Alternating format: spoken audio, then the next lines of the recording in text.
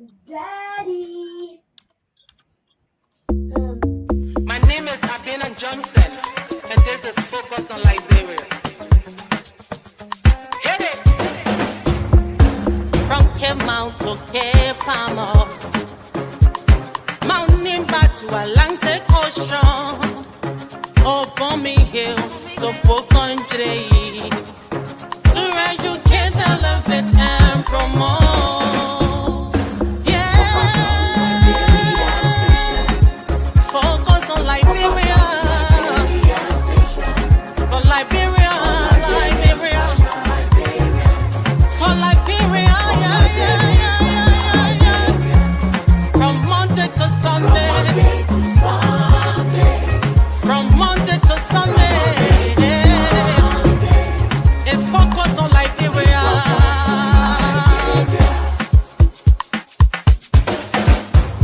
Talk about home affairs, hey, in diaspora, current affairs, hey, reliable information, history, ooh, talking about culture, yeah, politics, education, entertainment, business, sports, advertisement, articulation. Focus on Liberia. Focus on Liberia. Focus on Liberia.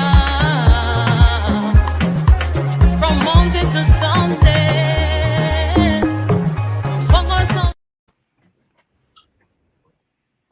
Hello, ladies and gentlemen, and welcome to yet another edition of Tough Talking Thursday on Focus on Liberia. My name is Dennis Jar, and we are broadcasting from Atlanta, Georgia.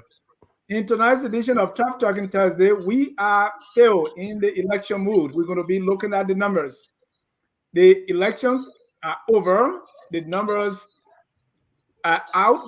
Some of the numbers are out. The NEC is counting. People have tally sheets all over the place. And there are reactions, and we're going to make the analysis. Welcome, welcome, welcome. Let me welcome also Honorable William Gadier Greaves. Honorable Greaves, welcome to the show. Thanks for having me again, Janice. I look forward to a beautiful discussion. And I'm happy to be in the midst of the fellow panelists.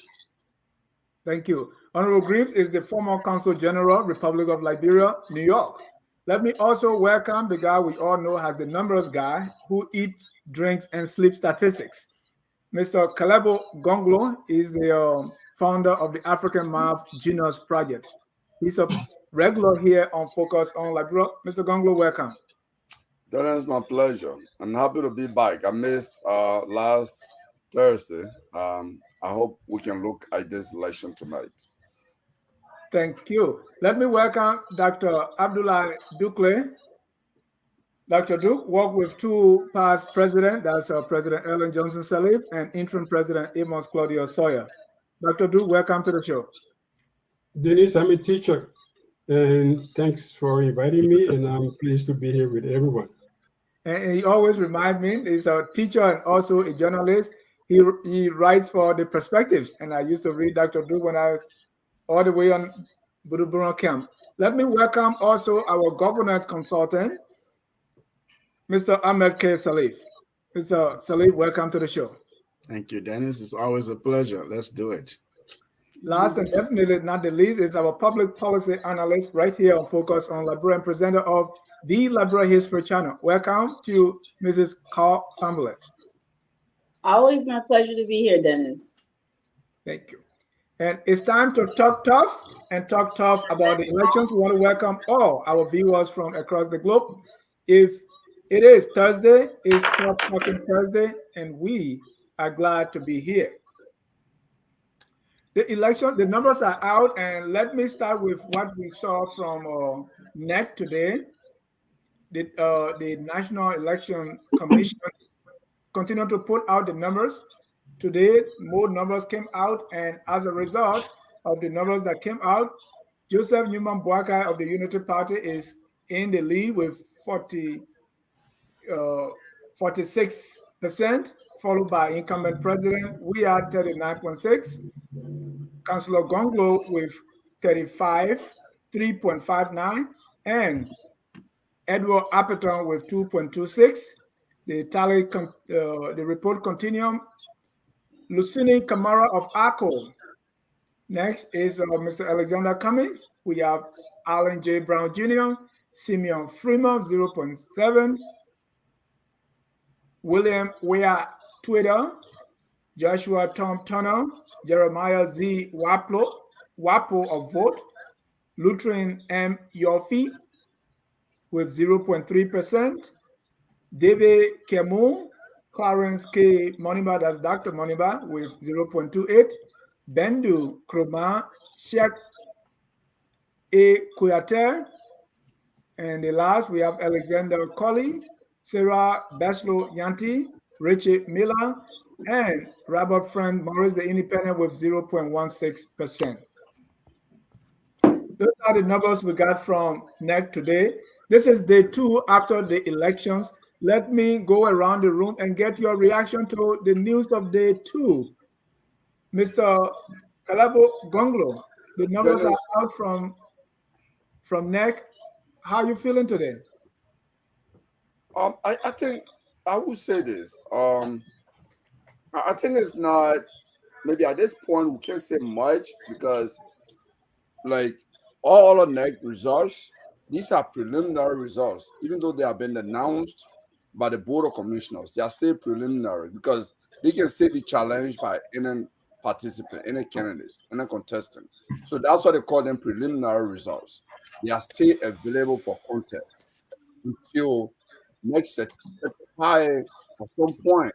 They are not final result as yet. They are still preliminary. That's the first reaction. The second thing I want to say is that if you take the country as a whole, as one constituency, let's look at what's the percentage that has been announced so far. Is it 1% of the total vote, 2% of the total vote? I think it's important to 6.66%. 6.6%. So it's like we still have 1,000 miles to walk. Okay, we still have a long way. So this is my gut feeling that this is going to be a seesaw battle between the former ruling party and the current ruling party. You know, and I think in Councillor Gonglo's statement today, he alluded to that fact that in spite of all of what the proposal they presented for a better agenda, for a better Liberia, the voters thought otherwise. To choose between the former ruling party and the current ruling party. So I think we can't say much. Maybe by Saturday or Sunday, we have a fair idea on if they go like 30% or 40% of the count. You will begin to see the map of Liberia where it is shaping. But at this point, anything less than 10% or less than 20%, we still have a long way. I mean, that would be my initial comments. Thank you, Dr. Dukley. What's your initial comments to day 2 of the announcement and everything that's happening around the announcement? Well, thank you, Dennis. But like Gonglo, I do not want to comment on the numbers because they're very low. With less than 10% of the votes, you can say there's a trend, but that trend has to be confirmed by bigger numbers. My reaction to it, though, is like, there's something that I like about the process. It was peaceful, of course. And then the Election Commission had decided to go with paper ballots.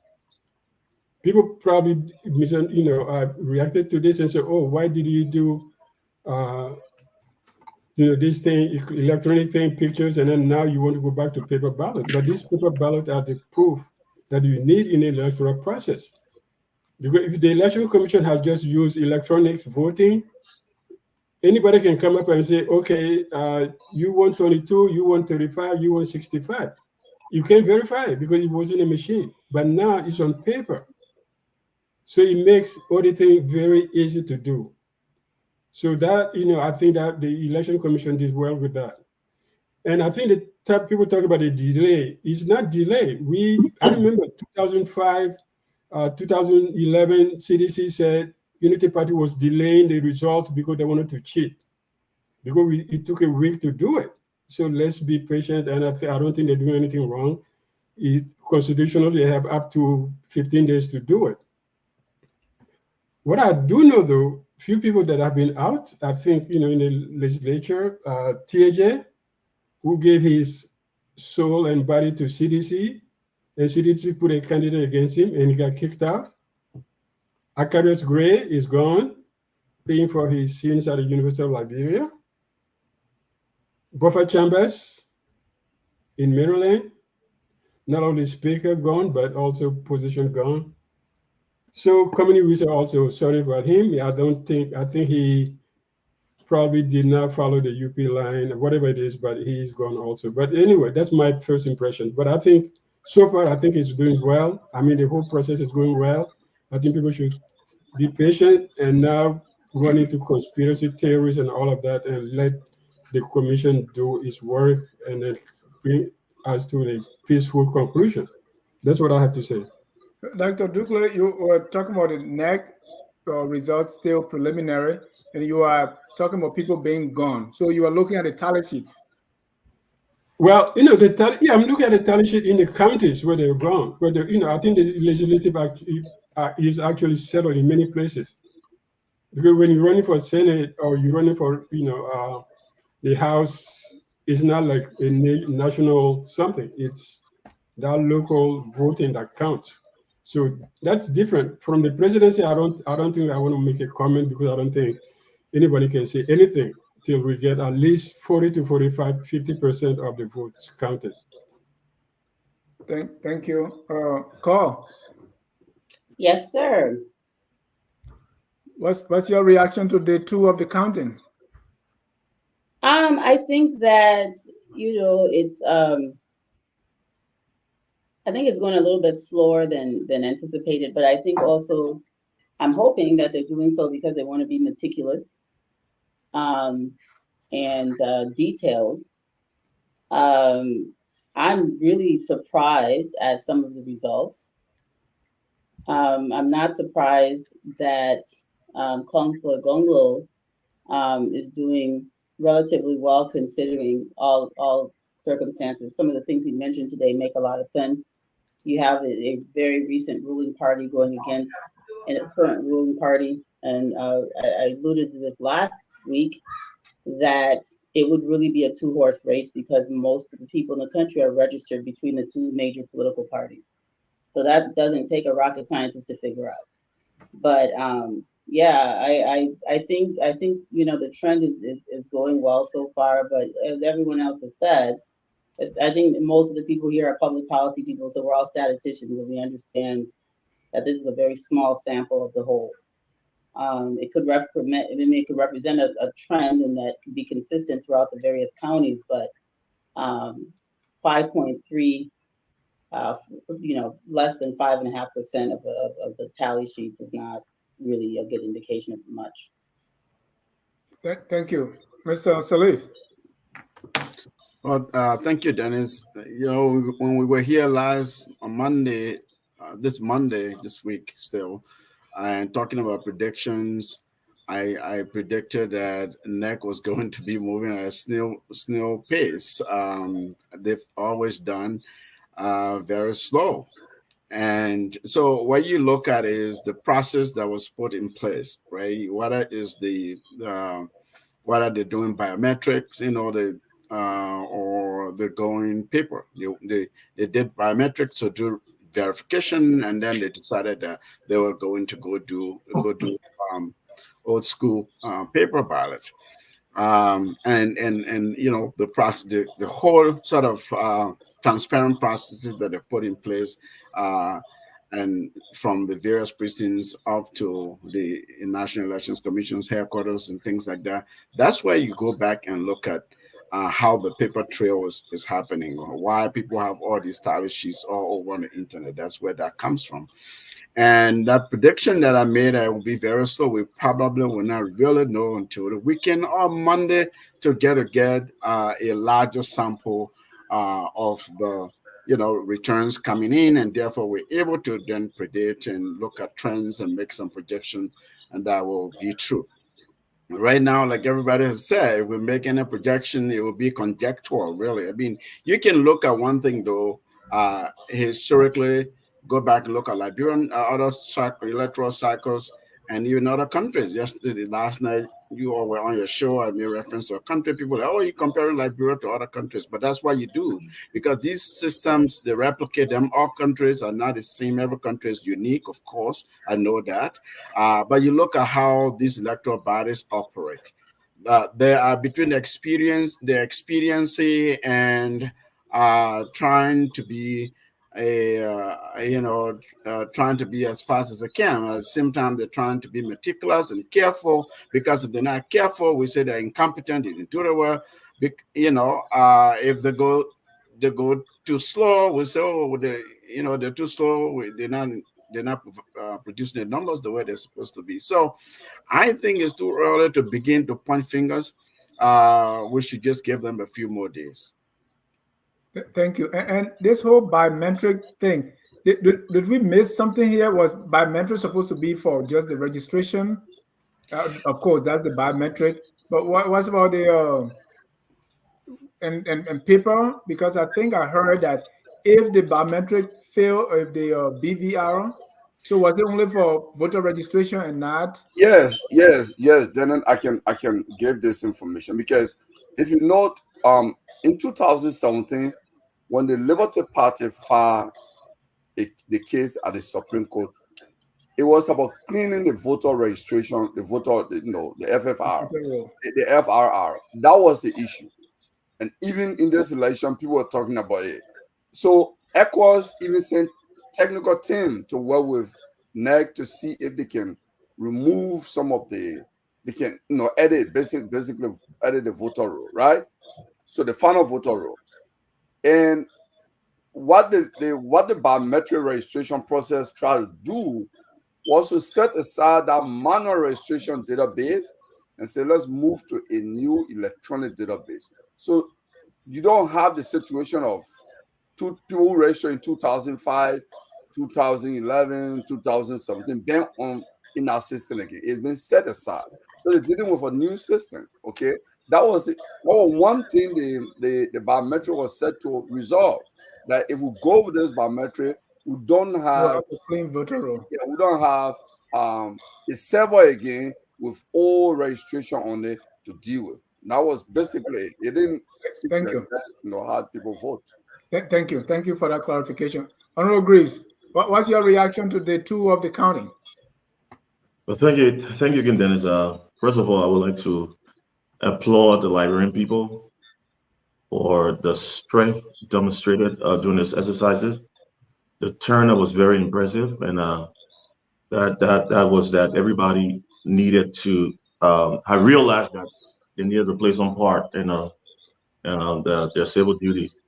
I would also like to commend the NEC for the job well done. It was a challenging one. For the first time since our post-conflict, that Liberia has had the opportunity to conduct elections on its own independently. Just only observers coming. There's no international partners or coming to helping with our system. It's all done by ourselves, and it's very tedious. It's not easy, full of challenges, a lot of glitches and technical features and all that. And we managed to go through. It went smooth. It went without violence. It went as we expected, anticipated it to be. And I think they are still in the framework of the Constitution and laws that govern the governor's neck. That the Constitution states that within 15 days, the results should not exceed 15 days. So I don't see anything that is wrong. I think they should take their time and do it better, so that we all cannot jump in the streets tomorrow and criticize or start accusing and what have you. So the better they take their time to do it right, the better it is for all of us, as we have all demonstrated to the world, the international community, our brothers, our region, that we are firmly on the democratic path through the exercise of franchise, fairness, and transparency. So with that, the preliminary results are in. This is a small percentage, 6.6. So there's a milestone to go. But at least what it does is that it gives us an idea of some of those places we anticipated certain leaders or certain parties to have concentrated or attracted more votes. So you can start looking and say, oh, who got a certain amount of votes in certain locales of certain jurisdiction or constituencies? Were they very familiar with those areas or popular in those areas or whatever? So I mean, we can start deciphering that, but unlike any other thing, to start making predictions right now, I think it's still early. It's 6.6%.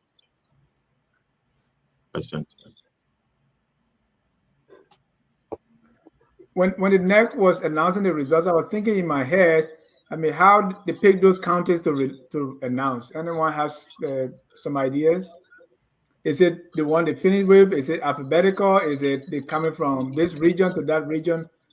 How were those counties picked? I saw they announced Nimba, the Grand Cru, and then they went to Lofa.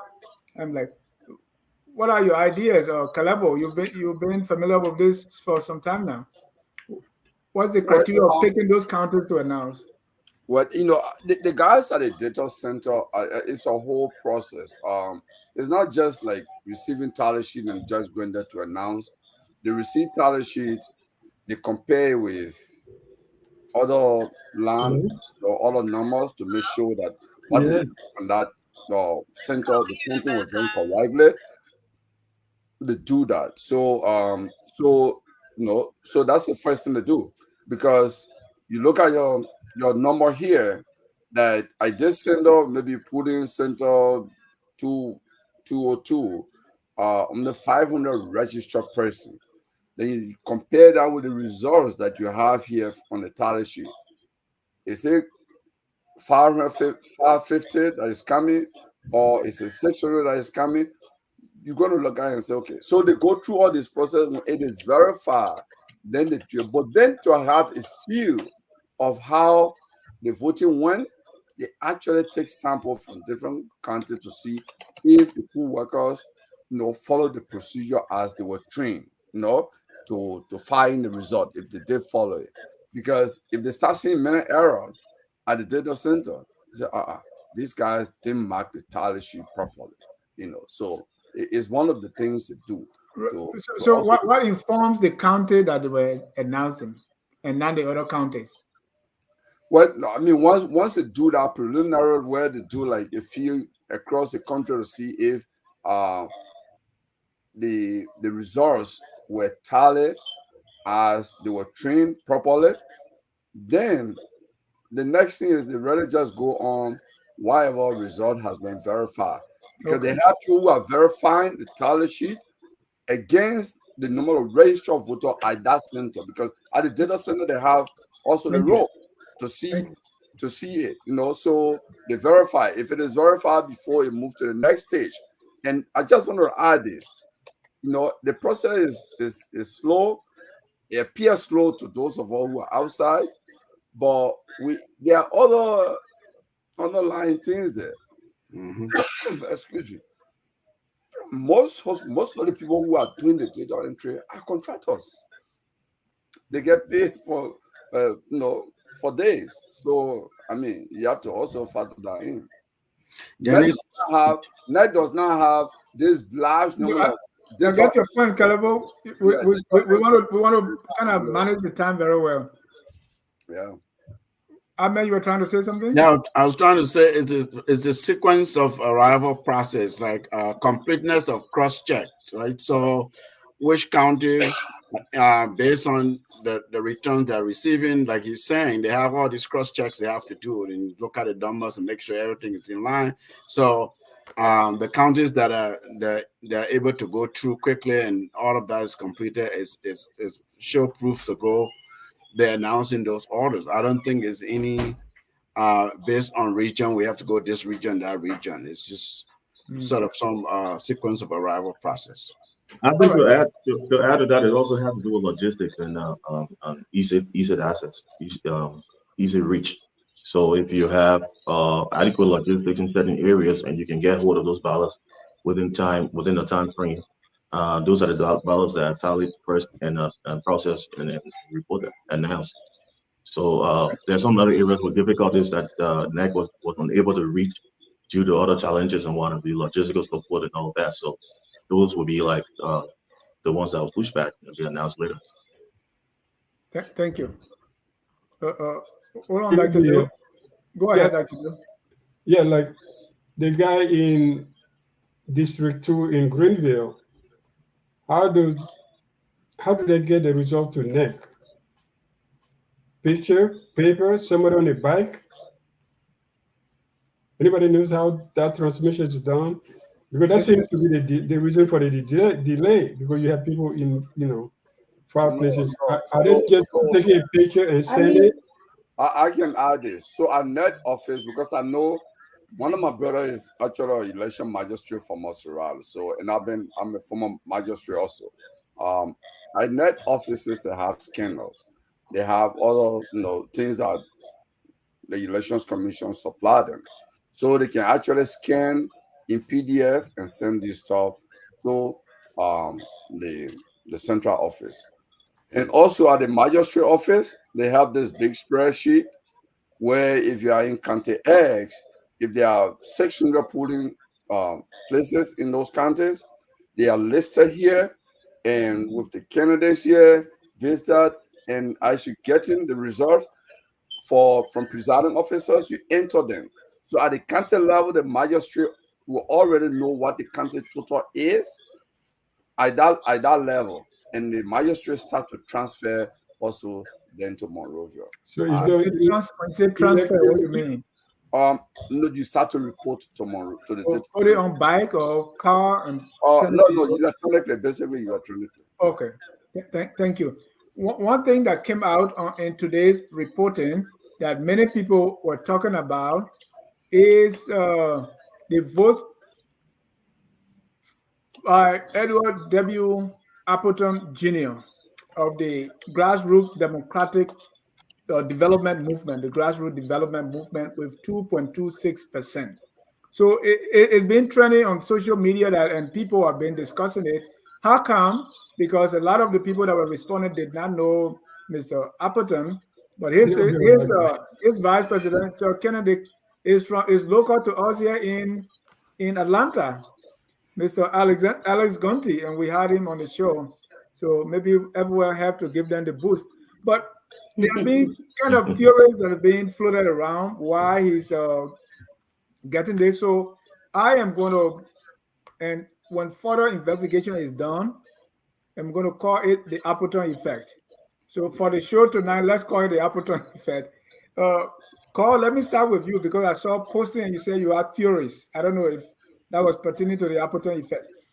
Why is people are saying this, and what's your own?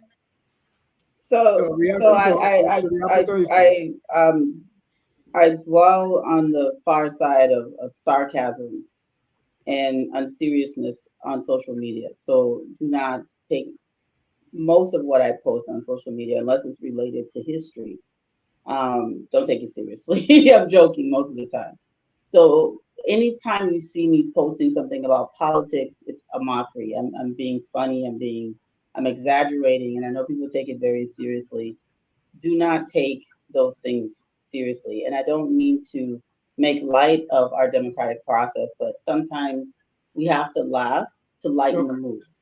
So the theory I had was that, the votes were juxtaposed because it was the first candidate. If that was a joke, then we don't then let's leave it. I mean, you brought it up, so I was just giving you the background. I was joking and what the joke was. So I don't, it's not based on any research or anything that carries weight. And everyone, including yourself, should have known that by the laughing emojis. So anyway, but I do have some concern. And with the website and the way it's being not managed very well and how the information is inconsistent. I just emailed FOL a couple of documents you can show if you'd like. But for example, in the past, I've been always, anytime they're doing elections, I go on there and I look at the tally sheets. And then I see what tally sheets they uploaded to support their data. In this case, they haven't uploaded any photos of any of the actual tally sheets. They just have them typed out, which is a variation from what they've done in the past. It's a deviation from what they've done in the past. So that's very serious and concerning to me. The second thing is the tally sheet that they have posted, it says 2023 by elections instead of presidential elections. So that's just an error, probably somebody not being as, as thorough as they should be. And that's a problem. You have to not make these kind of silly mistakes. You're the government. This is an election. Putting at the heading of a typed tally sheet and having the wrong heading is inappropriate. It's unprofessional. It's unacceptable. The second thing is it has a list of candidates. It's just weird. If you have an opportunity, just take a look at that, and then people can judge for themselves. But I've been going through the tally sheets one at a time, and when you go print it out, again, there's a discrepancy when you hit print. The information on there is incorrect. They didn't update the name, what they're calling the tally sheet, what election it's from is inaccurate. Then how do we trust all the other data if they can't even get that right? So that's a problem. So if NEC officials are listening, please fix that. It's embarrassing. Thank you. Mr. Honorable Greaves, there are a lot of theories that have been coming up. Why is Mr. Appon getting more votes? Some are even claiming, oh, this vote's supposed to be for, I don't know if you follow the what has been trending about Mr. Appon and the vote that he's getting. What's your take? Well, I haven't been following the trend about the. It's easy to say. At this point in time, you cannot fully conclude on who is gaining more steam, or you can even predict right now because, like I said, the vote has been cast or have been announced. Right. We're talking just 6.6% out of I think about limited like 16 polling centers from the milestone of 5,000 plus or whatever. So you have this rise and fall, and then things will start getting even as we go further. I think the only thing we got now right now, the question I ask is that where are these votes concentrated? Which candidate have scored points in certain areas? I think that's the question. Is that a question that all of us are concerned? Give us a little perception, insight to see who did what in what areas at this initial stage. But to conclude on who's going to be ahead or who's going to win right now, just what we have. I mean, Right. are we past this, like repeating What I was ourselves? looking at is they are looking at Mr. Appon and say, how come he's getting these votes in Grand Cru, for instance, in Bowman, in Lofa, he's coming third, even though it's 6.6. Something is happening. We saw people saying, well, these votes belong to somebody, or is at the top, and so that's why people are picking it. Oh, Dennis, if I may, why must it be that something is happening? This is election. He's a candidate, a presidential candidate on the ballot. I think people are just surprised because they don't know him. He was in one of the candidates that people had stuff on the internet about, and so now they're seeing significant numbers. He's showing significant numbers, and all of a sudden people are speculating it must be votes from this candidate and that candidate or similarity. I even saw a post that said, well, his running mate has similar name as Alexander Cummings. Maybe people are confused, that kind of thing. I think Yeah. So it's just pure speculation and a surprise factor there too, I think. I think most of what you're seeing on social media is mostly laughter and fun and games, most of it. And I don't think most people are serious about their response. I am, again, like I said, we're not really focusing on the discrepancies on the website, which are legitimate. They're there for you to see. We're talking about things. We should be talking about something tangible. And this is a red flag. And I don't know, did you receive the images, Dennis? Can you put those up? Because this kind of stuff. You know, we can talk about Appleton and people joking on the internet or being serious on the internet, but let's talk about how they're managing the website. People are not joking about these things. These are serious. People are making allegations. People are threatening war based on what they are saying. So we want to be able to talk about what they are saying and have an input on that. Where did you send it? Yeah, but can I ask a question? But Dennis, if I can just ask a question first. Passing comment on this. Gongo, stop. Hold on, Gongo. I'm talking. I mean, they have the tally sheets. Where would the surprise be coming from? Everybody has tally sheets on the districts. They know who voted for whom in which district, so they know. So if he has 2.6%, probably he got all the votes from one community. With a low number of percentage that we have now, it could be that he just got all the votes from one community that he convinced because he was a good imam. It's not from one community, and that's why I wanted us to focus on this, on what I'm talking about from this website. We'll talk about that. We'll talk about what you're talking about. Right now, then someone said that the NEC officials transpose numbers. So, for example, if a certain total was supposed to be written in Buckeye's column, was mistakenly written in Appleton's column. I don't know how true is that, but those are the kinds of speculations. Those are serious. Those are not, hyperbole or some kind of joke around. If you say, "Oh, this is a candidate Buckeye's number," but we saw mistakenly written, I don't know how people will figure that out. But those are the kinds of things that are flying around. Yeah, so there's a tally sheet. I think that was clarified. There's a tally sheet. You know how the tally sheets have carbon copies? It's this really archaic technology. So what they did is the ones that they post on the wall and photograph are either the pink copies. The white copy is the one you actually write on. The copies underneath, they have a yellow copy, a pink copy. You know how the carbon paper works. Mm-hmm. So what ends up happening is if the sheets are not lined up perfectly, when you write on the white copy, if the sheets are not lined up properly, it can distort the lines on the subsequent sheets. So if you write Buckeye's numbers correctly on the white sheet, which is the sheet that's supposed to go to NEC, the carbon copies that the observers and everyone else keep or photograph, those can be distorted a bit. So that's what it looked like. The evidence I looked at, I said, well, it just looks like everything was pushed up a little. But anyone with common sense is going to look at this and say, we have to line up the numbers with the candidates. You know, it's like if you button your shirt incorrectly and one of the buttons is up, it's very obvious that one of your buttons is higher than the other. You can just fix it and drag it down a little bit. It's that kind of situation. So the photograph that I saw was of a carbon copy, and I've seen that. I'm old enough to remember, writing on carbon paper and what that does sometimes. Okay, but that would make sense if you had him getting 36% and Buckeye getting 2.6%. I'm talking about an individual tally sheet that they're using as evidence. But I'm saying there's no correlation between the numbers.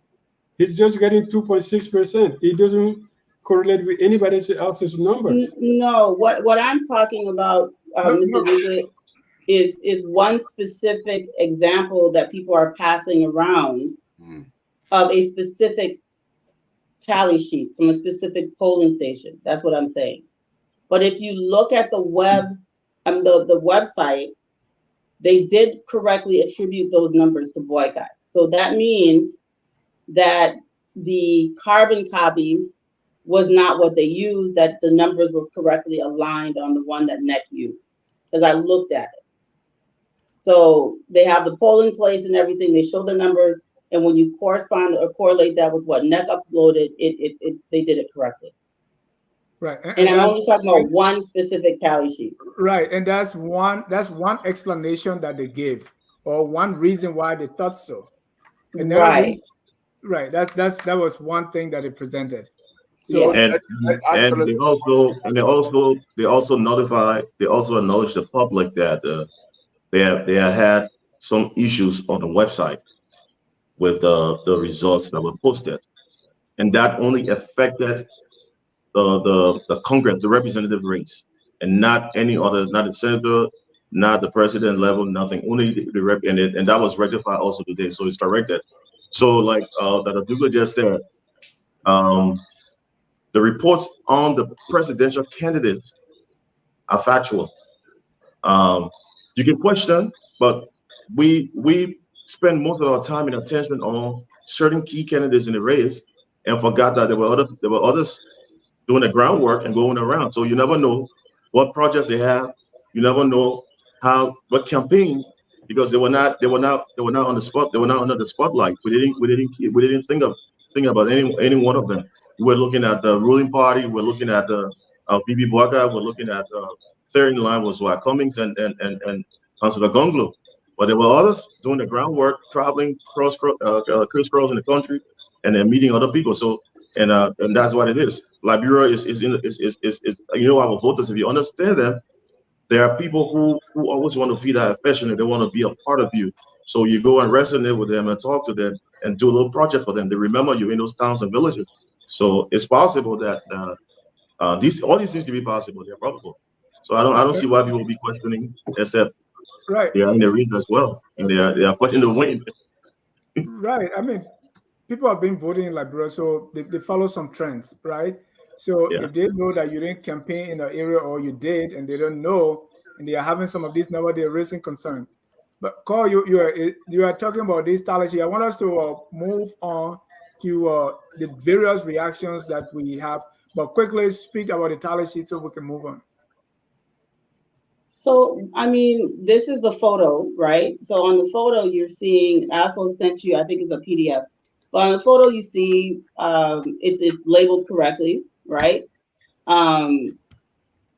You have the candidates, you have the number of votes they got from that particular precinct. It shows what the turnout was for this particular location.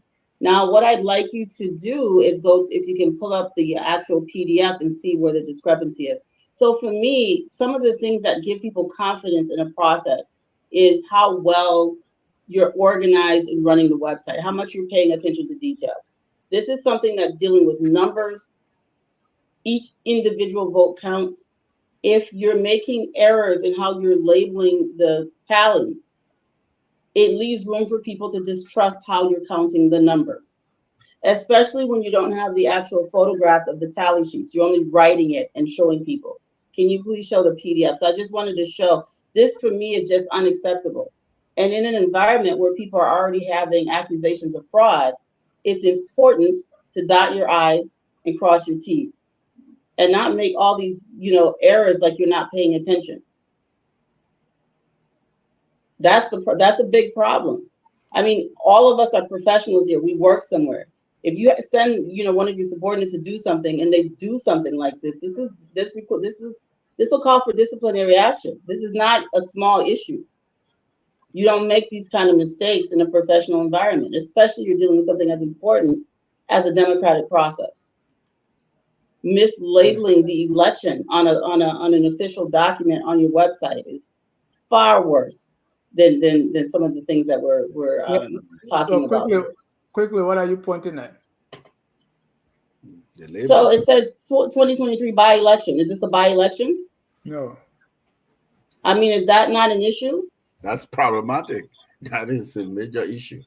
This is irresponsible.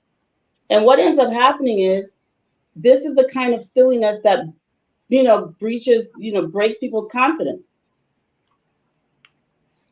Everything we do in a professional environment needs to be at the level of perfection. This is unacceptable. This is an official record on a government website. And nobody at NEC can see. I'm not even wearing my glasses yet, right? I haven't even filled my prescription for my glasses yet, and I can see this. So you want to tell me all the people that are working for the government, like, bro, they're not seeing this? All the international partners that we put on our head and tour around the place, they're not seeing these little silly little errors? But I would like to say that maybe it's they have a form, they have a platform where they enter numbers, they change the date, the election process, and say by election maybe you could be that's inexcusable. You're correct, sir, but that's no, not acceptable. it's not an excuse, but I'm saying it's probably possible in a high intensity work environment where people have It's to work to unacceptable, to sir. take the O one. All right. There have been various. Nick, if you are listening, please go on the website and make that correction as quickly as you can, because this is not by election. Now, there have been various reactions to the numbers, just like we've done. The first reaction came from, or I will call it the first reaction, came from one of the presidential candidates, Councillor Gonglo, who conceded. Let's take a listen. We call this press conference to speak about the result of the presidential election. There were 20 presidential candidates, 19 representing political parties, and 1 an independent candidate. It is important to note that this was historically an important election because this was the first time since 1877 that a former ruling party and a current ruling party were participating in a presidential election. In 1877, it was the Republican Party, a current ruling party, and the True Wheat Party, a former ruling party. Bit of history there, but his main points were that he's conceding defeat and that everything went well. He explained his 10-point plan, but the Liberian people chose to go with either the CDC or the UP, and no matter what the result is, everybody should respect the result and move on. So he's the first presidential candidate to concede defeat. Dennis, that information was not accurate. So I just want to make a quick correction. The last time that this happened was actually 1885, and it was between Edward Wilmot Blyden and Hillary Richard Wright Johnson. 1885 election, Blyden contested against the incumbent Hillary Richard Wright Johnson. Johnson was a part of the National True Whig Party, and Edward Wilmot Blyden was a part of the Republican Party. Both candidates, of course, had previously been ruling parties. I just wanted to correct that. I think what he was saying was the incumbent, because Blyden was not a former president, right? I mean, the former Hillary Richard Wright Johnson was a former president. He was an incumbent. And Blyden was? And Blyden's party, but it was the same situation, right? Both situations where you had a former ruling party. He was talking about political parties. Okay, all right. So that's a historical correction there. But so that was the concession speech from Councillor Gonglo. Dr. Dugley, is it too early to concede defeat, or he's reading the writing on the wall? I think, from the tallies, from NIMBA, and most of the country, Gonglo would know that, okay, this is not, a fight you want to take on. I think he made his case. People listen, but somebody said, maybe people say, what, Gonglo, we like you, but this fight is between Boakai and George Weah, so we have to choose between the two of them. That's my impression. And, I don't think I think Gonglo came into the race, 2 years ago or a year and a half ago, but to say that he was really thinking winning the elections, that people thought that he could win the elections, I think that was kind of far-fetched. It's like a pipe dream. I mean, he would have made a case. He made a case with his 10 points and then his issue about corruption, which is nice. But except that Liberians have been hearing this song for so long. 1980, 13 people executed on the beach for rampant corruption. Duke killed for rampant corruption. Taylor killed for rampant corruption. Not killed, but exiled in prison for human rights abuse and rampant corruption. Liberians are like numb to this election, corruption thing. They say, you're going to come, you're going to steal your own money. So they don't believe it, they don't buy it. You know, it's a good talk, it's a good show, but I don't think it's a winnable message. Not in Liberia, not in a country where people have been living with this government after government. I mean, the person who said it, enemy number one, Ellen Johnson Sirleaf, when she was leaving after 12 years, she said, "Vampire, he ate my sister." So you can't campaign on one term, one issue, and win elections, no matter how you cut it down to. That's from my communication point of view. That's it. You can one issue campaign never wins an election. Mr. Salif, did he sound surprised? I didn't It didn't sound surprised to me, but maybe disappointed in how the people voted. Obviously, a candidate will go into election to win. People go into elections for so many different reasons. But he is a lawyer. So I'm here asking myself, on what basis is he conceding this early when we haven't even had 10% of the returns? You know, your people, you have your war room, you got people crunching numbers for you. They're numbers people, right? It's better here, statistician, and the others in his camp show. So a candidate can know, they will know how well they've done and how well they haven't done. We can see those who are jumping up, celebrating, those who are, challenging the celebrations and all of that. So those are people are doing this based on numbers they have, based on tally sheets, based on their own calculations and therefore projections. Very confident in those projections. Those who think that things are turning their way. So the point is, I would have thought Councillor Gunglo would have waited a little bit, just to make a I mean, people concede early, right? Don't get me wrong, but they concede early based on the returns that are coming in and what that were at least statistically significant reporting that will make a candidate to say, I need to come out early, I need to set a trend here. I need to establish that if you lose, graciously concede and leave. There's no need for conflict, no need to fight. Maybe that's what he's trying to do because he's that kind of person. He wants peace. Liberia is, above everybody else.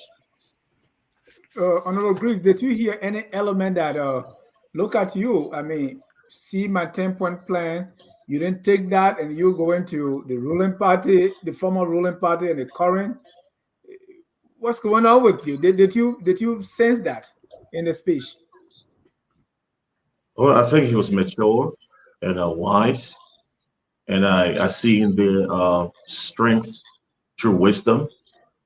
He is well calculated. He understands the demographic. He understands the ground game. So I mean, it's no reason to make fool of yourself. He knows exactly what the end result is going to be.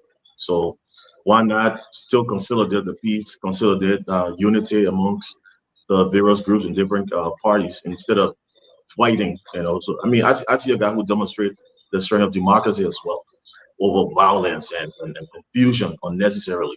So he could use his platform. He had a very good platform. We had a time on TDT with his Tough Talking Thursday with his vice presidential his running mate, and it was stimulative. It was good, and I enjoyed the exchange with him. I think they can now use their platform for the good in our democratic process, and that would be fitting. So he made a wise decision, and he's proven to Liberian people, and he'll be loved more for his wisdom and his calculated and be a measured leader. Carl, do you see other political presidential candidates following suit? And just in case this goes to a second round, did he sound like he's going to be endorsing somebody? I think Council Gunglo would definitely endorse someone if it goes to second round. He's patriotic. He is extremely committed to the Liberian people. He's served the country his entire life. And I think also if he made that decision, he did so because it was an informed decision. I don't think he did it on a whim. So this idea of just a percentage of the votes coming in, he has access to information, so many people are seeing, what the trend is, and he made a reasonable and rational decision. Will others follow suit? Probably, probably the less stubborn, less aggressive, the candidates with less aggressive followers. There's a couple of candidates that can't really do that of their free will because their followers seem to be the ones in charge. And but for those who early on are going to see that they're probably not going to be contenders for second round, they're going to do the respectable thing, the patriotic thing, step aside, watch things unfold, and then choose a side if it comes to that. But I commend Councilor Donglo and Dr. Yuri, Dr. Yakowolo, because I think what they were trying to do was set a precedent for everyone else, and I think they did well.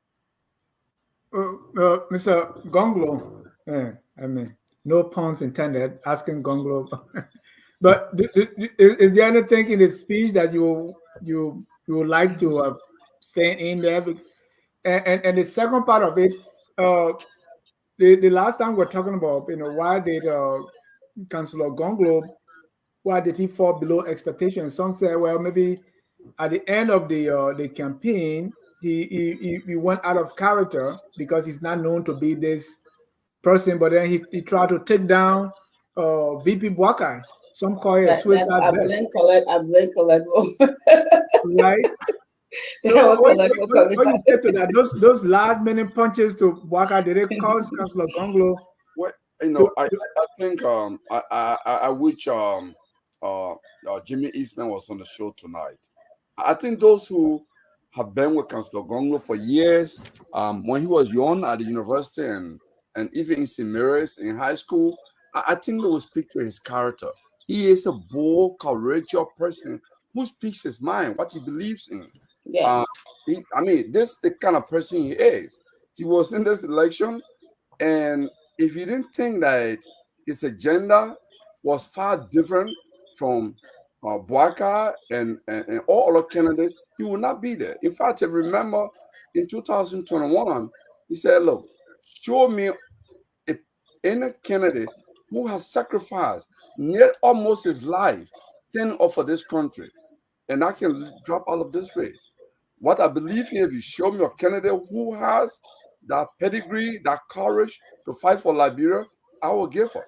I'm not in this election for myself. I'm in this for Liberia. That was his statement, okay? And I think it was important. It was something that the National Executive Committee, it was not, Councilor Gonglo is an institutional man. The National Executive Committee met and said, look, we can't say we are all the same. We have to distinguish ourselves from all of the candidates, and they made a deliberate decision. It was not just Councilor Gonglo sitting down and saying, I'm going to do this. So it was a decision by the National Executive Committee that we're going to distinguish ourselves from the rest of the candidates. Did that decision cost them anything? So let me tell you, others may have outsider perspective, but I just want to make comment in passing on Dr. Du's earlier statement. Councilor Gonglo did not run a single agenda campaign. Councilor Gonglo ran on a 10-point account. Yes, the symbol of the broom was what attracted many young people and people who are anti-corruption campaigners to say, hey, the broom movement, the broom revolution, and whatever. But that broom was used by Appon Sawyer in 1979, Dr. Sawyer in 1979. That broom is a symbol of the Liberian People's Party. Okay? So it's not a new broom. It's just that it has a new messenger. That's all.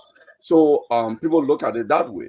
But this campaign, on this show, I made a statement that Liberia is like a woman in an abused relationship. When you see a good man, you just believe that all the men are the same. Okay? So that is what is happening to the country. We are in a country that our leaders have been corrupt. We are in a country where our leaders don't care for us, have abandoned us. So even when we see somebody with a message, people say it's too good to be true. Can a Liberian really fight corruption? Can a Liberian really say, look, I am going to be who I am, even if you put me in the executive mansion? Liberians still don't believe that for a right reason.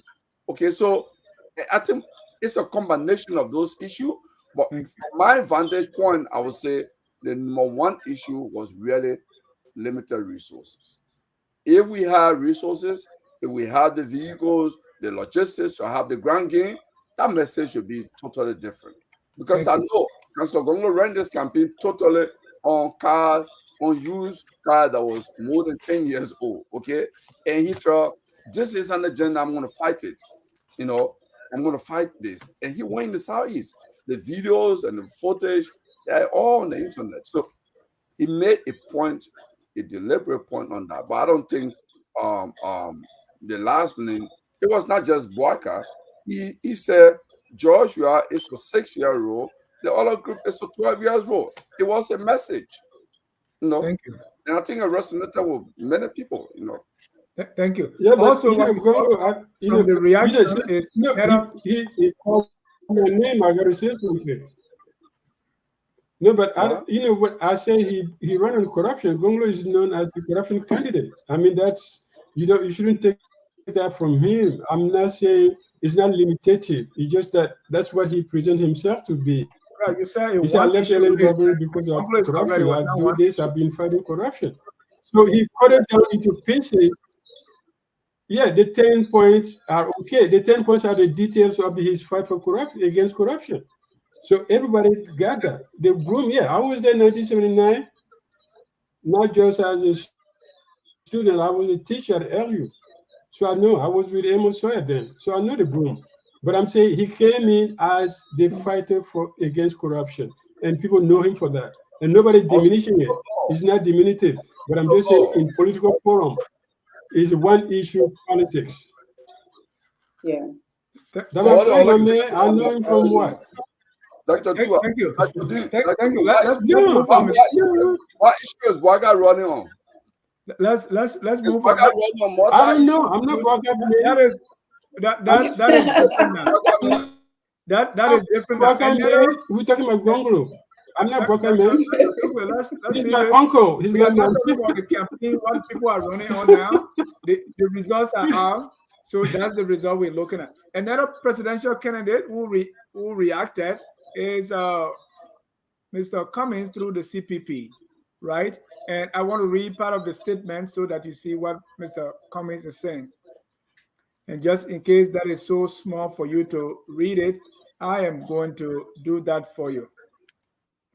It's the campaign committee. Enlarge it in my configure.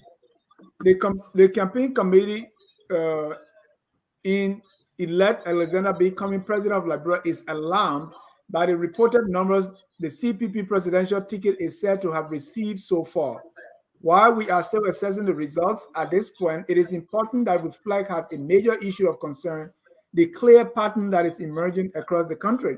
From all across the country, partisans and supporters of the CPP are informing us of troubling concerns that places where they voted, including in large numbers, are reporting ridiculously low numbers for the CPP presidential ticket.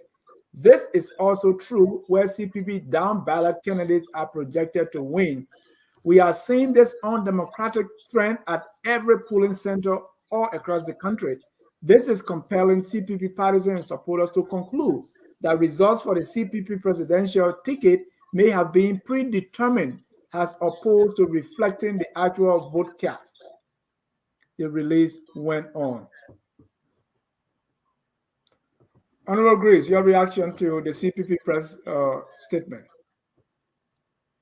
Man, I don't know how anybody can conclude right now on 6%. They are looking at their tally sheets. The tally sheets, yeah. It still has to go through a process to be officially announced. The thing is that the process is almost like I would say an individual privacy. So there are people would jump in the bandwagon and celebrate and jubilate with you, and at the end of the day, they might have different agenda. So when they're casting a ballot, it's between God and the self and the heart. So I don't know how sure or how can one be very positive or assured that people in certain constituencies will vote that way or vote a certain trend. I don't understand that. So maybe he got some points, but what I think is that to be credible, every candidate who have a problem, instead of making these speculations and false hope, should be able to put official documents together, get the lawyers, and approach the requisite authority on these things. At least try to gather some evidence and facts to substantiate those. At least now is the time, instead of just going to, because we have to be mindful. They like I said, they are potential leaders, and they have voice, they have a big microphone, and the things they say, the words they speak, the message they send out there have the ability of creating the dissatisfaction or uncertainty in the population. So they should be very careful how to come up with these things. Make it formal, make it credible, gather your facts, gather your evidence, make a formal report, a formal complaint to the next administration. That can be read in the media, that could be read in the public, that at least something's wrong, instead of just putting all these statements. I mean, it's too early for that. So there are people actually who are CPP members. I think some of them came on social media and say, I voted in this at this polling station, and then they are saying Mr. Cummings has 0. This is not true. So gather those facts, get a credible formal complaint, put all those in it. You can have it. The public can have a view of it, but make sure it's formally transmitted to the requisite authority. So in that case, you're not just making blanket statement, or you're not inciting anything in the public that is wholehearted. So that we just got to be mindful. This is a process that we all, like I said, the last program, it's all of our responsibility to keep the peace, to keep the security of our nation, and the way we go out, the messaging we put out there, and that is tantamount enough to create uncertainty, to create violence, to create chaos. Like we just spoke about Councillor Gonglo. He did a wise thing. He was informed, and I would also try to add to it.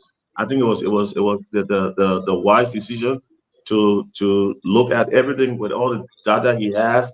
I'm sure he has been all around. His team has calculated and they know exactly where they fall short, and he just followed the race. It's peaceful, it's credible, and it's mature. And I think, yeah. So I have a question for you, Mr. Greaves. Dennis, can I ask you a question? So on one hand, you're saying that you think it's great that Councillor Gongo wisely reviewed all the information that he has available and decided to concede, right? Respectfully. But on the other hand, when others are looking at the data that's available and they're saying, wow, I'm ahead, that's a problem. You can't have it both ways. You can't on the one hand say that people shouldn't go off of information that's available to all of the candidates. Only when you're going to concede can you go off of the information. But if it looks good, if it's in your favor, you shouldn't go off of the information. And then so I want you to look at that for me. And then the other thing I want to say to you is this constant putting the responsibility on the citizens to be thorough and to be accurate, but not putting the responsibility on the government, who's constitutionally responsible to conduct the elections in a free and fair manner, to be accurate and to be thorough in how they're reporting information and presenting information, I think is also problematic. So what I just said, you have two options. Councillor Gonglo chose to bow out of the race respectfully, which is I find as a strength when it comes to democracy, majority minister. Based on data. Say it? He bowed out based on the information, the data that's available to him. He had a choice. He had a choice to stay in. He had all reasons. Let me just clarify. Let's allow Chris finish his question. Yeah, let me finish. So, on the second hand, this is a process. Every credible candidate should follow the process. This is what I'm saying. So if you look at the race right now, you look at candidates, we have the three top, as we all consider, Cummings, Boaga, and the ruling party, President Weah. Those three have very loud voices. They have big microphones. The message they put out there could be positive, could be negative, it could have a negative effect or positive effect on the whole process. So if you know you're of a certain level and you're of a high caliber participant in the process, follow the process, gather your evidence, do a formal complaint instead of having public statements that cannot be substantiated. Because right now, as it is, it's informal. So it could be gossip, it could be display, it could be anything. So if you formalize it, then we know you're credible. You're making these things. You're not just making it to cause confusion or to cause chaos. And that's different from so we what I have was the asking. process. There's a process in complaining. There's a Look at process me. in following all of this. Hold on 1 minute. Hold on 1 minute. Honorable Greens, cause question is, people are acting on the information they have. Councillor Gonglo acted on the data that he has that this is not looking good, let me concede. CPP or Cummings on the other hand is acting on the information he has that this is, I mean, 9 people voted at this particular polling station and we have 0. So this is a trend that we are raising a red flag. Unless you say nobody should talk until you go to the election to file a complaint. No, that's not what I said. All right, hold on. Let Dr. Dewey come in. Dr. Dewey. No. You said that's not what you said. So that's fine. Great. I got your point. I was just trying Mr. to paraphrase. Give me 1 second. No, but you said something that he said is very great. I mean, I think the problem with this. Quickly clarify what I was saying. Oh, Grace. Take me 10 seconds. I'm all Go ahead. Okay. Go ahead. I have to remind you that. Right. Anyway. I'm going in the same direction. I'm just saying CPP releasing a statement saying we think that somebody voted somewhere. But no, you said that somebody said he voted somewhere and that vote was not recorded and they gave them 0. I said, well, does that mean that CPP did not have a poll watcher to make sure that one person who signed that tally, how did he get to NEC? This is a failure on the part of CPP. I don't think I would take it. You are supposed to have somebody in that polling station to certify that, yes, 1 or 2 people voted for CPP here and nobody voted for etc. So you don't do that. You say somebody, how do you get the numbers? I think it's too early to come into this kind of confusion. I think it's just a mechanism of, I don't know, I'm not sure. CPP is good, but I don't think this is when you have 6.6% of the votes you return and you make allegations and you don't bring proofs and say, this is my person went into that place and voted. This is the record of the vote. People have the liberty to pick, to picture their votes, to pick a photo of their votes, to send it to you. Liberians do that. If you don't know, they tell partisans, if I want to make sure that you vote for me before I give you the $50. So you got to go, you vote, and you take a picture of the vote and you bring it to me, then I give you the $50. We all know that. So why CPP missed the vote at the booth and now he's complaining that it did not exist? That's my question. Hold on. Let me go to Mr. Salif. Mr. Salif, why is this happening? Honorable Green, I got your point. You are clear. Mr. Salif, why is this happening?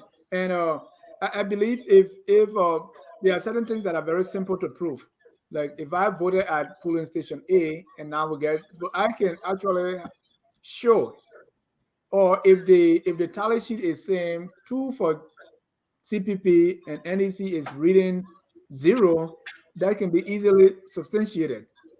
So why are we having people? Is it because people really want to find fault, or they don't trust the credibility of the NEC, or they are raising genuine concern? You're muted. Unmute yourself, please.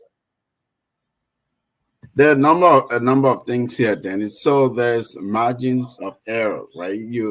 It's possible somebody marked the ballot. You say, well, it's not, my voter told me they voted at that precinct, and yet we got zero. That's possible, statistically possible. All right. And it can also be statistically impossible. By that I mean, somebody can make an error. That's why they have these margins of errors. They report error rates, right? They report turnout. They report invalid votes, valid votes. There are all kinds of categories that they're looking at. So it's very possible if you're saying two people voted for my party, yet we got zero, and maybe they marked the ballots wrong. Maybe it was invalid, wasn't counted. So that's one. The other thing that I'm now a position to advise CPP, but elections, people who are leaders and they come and want to lead a country and run for office, if they think they didn't go their way, the way you handle an election, an outcome, how you exit out of the process makes a whole difference. I mean, it could speak to your integrity, to your future in politics, to your leadership, to your original intention for the country in the first place. If you came in this for yourself, we will soon know, because you don't have thick skin. You can handle the heat in the kitchen, per se, as they say, right? So when you perform best so badly, all of a sudden it's become other people's problem, like they're manipulating. I expected to won this thing, and I have evidence that I won. So if you have evidence, there are processes like Greaves was alluding to. They have the electoral magistrate, for example. I agree with Mr. Greaves on this one. We rarely agree on anything on this show, but I agree on this one. Yes, document the thing, file a report with the electoral magistrate. In fact, the electoral districts are electoral magistrate districts. They're not, and so they did that for these kinds of things. So if you uncover a substantial pattern that suggests fraud, and you have evidence of that, you document that. You have legal people on your team, you have statisticians, you have all kinds of professionals. Document that thing, file a complaint right away, right? And yeah, people can issue press releases and press statements, but you also have to be careful too, because these leaders have followings and followers. So you try to throw innuendos or some suggestions that this candidate, who is a serious national candidate, has somehow, his votes were somehow predetermined to kick him out of the process. Let me tell you, that's a flashpoint for conflict. It's a potential flashpoint for conflict. It could flare up something. And then you're looking at 2029 beyond. Mr. Cummings relatively has good age on his side. Look at Vice President Barker. He went to court with Mr. Weir. They battled this thing on 2017. People who were around him, it was so painful for them to see him graciously bow out the way he did. He said in the interest of the country. Today he's in the race. If he wins, it's because perhaps the way he bowed out and he put the country first. So I'm just saying, not knowing a whole lot about how the CPP side reached this decision. In fact, the vice standard bearer is an attorney, is a lawyer. So they know, I'm sure they have all the professionals they need to help them make an informed decision. But both of them have relatively good age on their side, and they have a future in Liberian politics, in the governance of the country. The way you bow out now, it shows us that you're a leader and we can bank on you in the future, or not. Exactly. So quickly, just a few seconds, Dennis. To buttress Dr. Tugle and my good friend Yesali, this is very serious. This is very serious, because this could undermine or destabilize the whole system and undermine the credibility of the process we are going through. Now, if you have credible information And it just also tell the measure, like Sadiq just said, they tell the measure of a leader, how you conduct yourself during the process. How can people instill that trust in you? Because this will precipitate chaos or violence. Instead of going to the public, instead of going to the public, instead of bypassing the process, leaving the process, getting away from the process, going away from the formal process and going to the public with this is very insidious. I'm telling you, it undermines the credibility of the system. Go through the process, formalize your complaint, gather your evidence, and secondly, the part on security. We always got this tendency that government is responsible for the security of the state more than we all as participatory citizens are. It's false. What? It is we that buttress the security apparatus of the country. Let's not go into that. Let's stay with the process. No, you're talking to public policy people. What are you talking about? Hold on. Let's end. Let's Don't lecture. Okay. This is what you went to school for. Like, you're gonna tell us what government's responsibilities are? But you just Really? misrepresented me. You can't say that. Maybe you can say that on Spoon or somewhere else. You can't have that conversation with Hamesh and Reed. Yeah, you can't do that. Hold on, Carl. You misrepresented me. You said the security of the state is with the government and not with anybody else. And I was trying to clarify that, because what I said was precise, succinct. And you put in a way that you're giving a notion like I'm saying the government is not responsible for security. I said not the government. That's not what I said. I said the government is more responsible. They have a constitutional responsibility. I have the opportunity to clarify what I said. That everybody will but don't misrepresent what I said in the process. Yeah, go ahead and talk. Okay. All right. When I'm present. Please, can we not have this back and forth between? I think we're not having back and forth. Mr. If I misrepresent something that you said, you read something like that on the Facebook page of a partisan, not from. This is the case where election. You want to create chaos or someone, you want to create a doubt, but you don't want to be public about it. You say, okay, my man, can you write something stupid on your Facebook page and see how people react? This is something you do. You do something like that, and then you see the reaction, and then the party will decide, okay, can we issue something? No, let's leave it. People don't like it, but that comes with experience. I'm sorry to say that. I agree. This is something that comes from a second level partisan, Facebook page, and then people react, and then the party says, okay, what do we do? Do we go with it or do we leave it? And then you say, whoa, we got 200 people responding, 90% against the opinion, so let's leave it. But at the historical level, yes. Structure. Yes, that's how it happens. But parties don't, you got 6.6% of the vote counted. You don't issue this kind of thing without proof. Yeah, but Dr. Drew, it looks like what we are saying here is, the system is so fragile, we are so ready to fire the first bullet, and so we can't really say anything about this system. If people are dissatisfied, people are going to speak up. No. It's not the system. I don't think there's anything wrong with the system. I remember 2005, we went through the same system. We went through, it was like 10 days, 15, it's 5-6 days.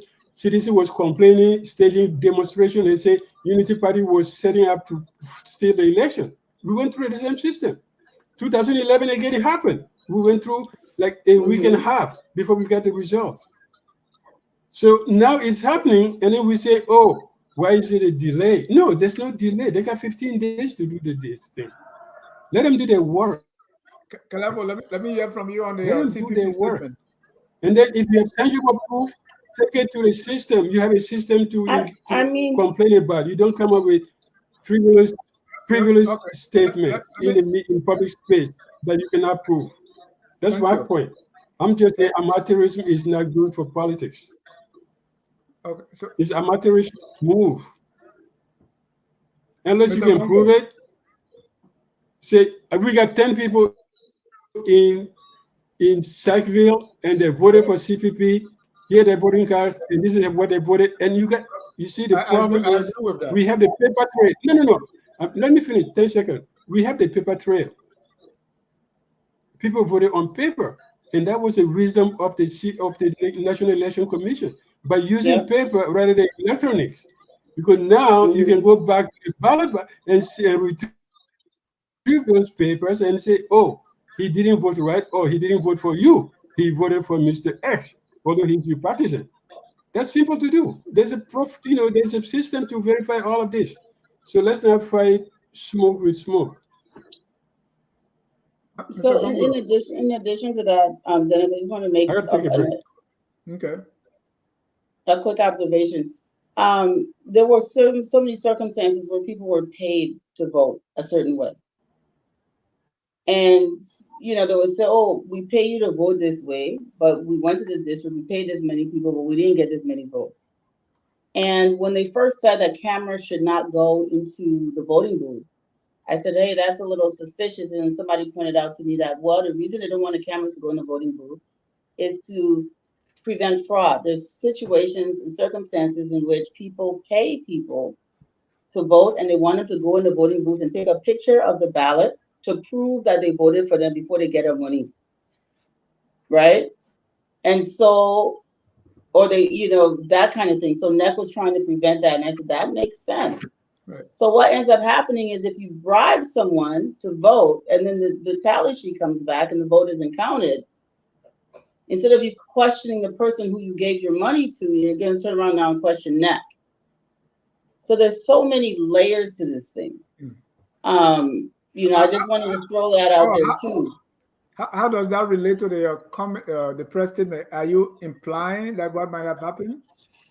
I'm just talking about the elections in general. I mean, bribery is a thing in Liberia.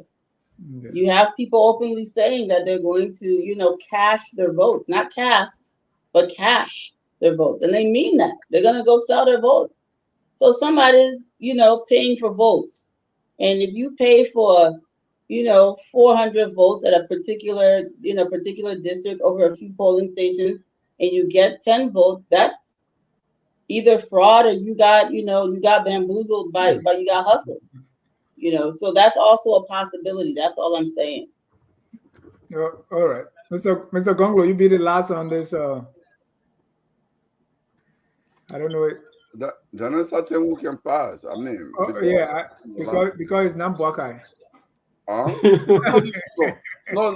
it's not because it's not Buakai. The thing is, Ahmed made a point that I was going to eventually make. It just I don't agree with Ahmed when you say statistically possible, but it is legally possible that even 20% can vote either sender, because voting is a legal process.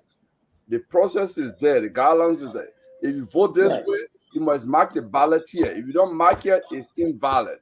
So you can even have 100% voting, and legally you can have they all can turn out to be invalid, even though they actually intended to vote for you, but they didn't mark the ballot the right place. So this is also possible. So it's not statistically possible, but it's legally possible to do that. But the margin of error, that's the provision for the margin of error, right? That's why the invalid vote, that's statistical possibility. Yeah, you can talk on the random process and that, but it's not. So we can debate that one. But so that's the point I was going to make. Ahmed basically made that point, because if you look at the election results, the assessment of the results. Right. But that's the first thing you must do as a counting officer. You must count the total vote, the total valid vote, and the total invalid vote, and separate it. Then you begin to move to separate the ballot based on candidates or political parties. Then you move to, so it's a whole process they are trained to do, So, but for me, and it's by law.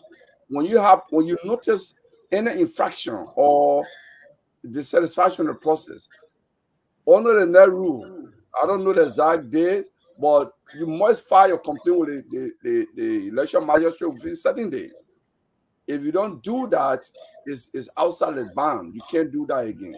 So, and I know the guys in CPP, they have lawyers, so I believe they're not just writing the press release. I'm sure they probably have taken the appropriate legal step to put on notice, through the magistrate office, because it may call for recanting at some of those centers. And that's how Thank you. if they establish the fact that, yes, we believe that at this center, this is what happened, they'll just go and recount the ballots. Easy. Thank you. I should also mention that Wadi Power in the Solomon, sometimes I don't know this district's name, because now we have lost the names of these actual places. People say, oh, I'm living in District 13. Come on, tell me where you live.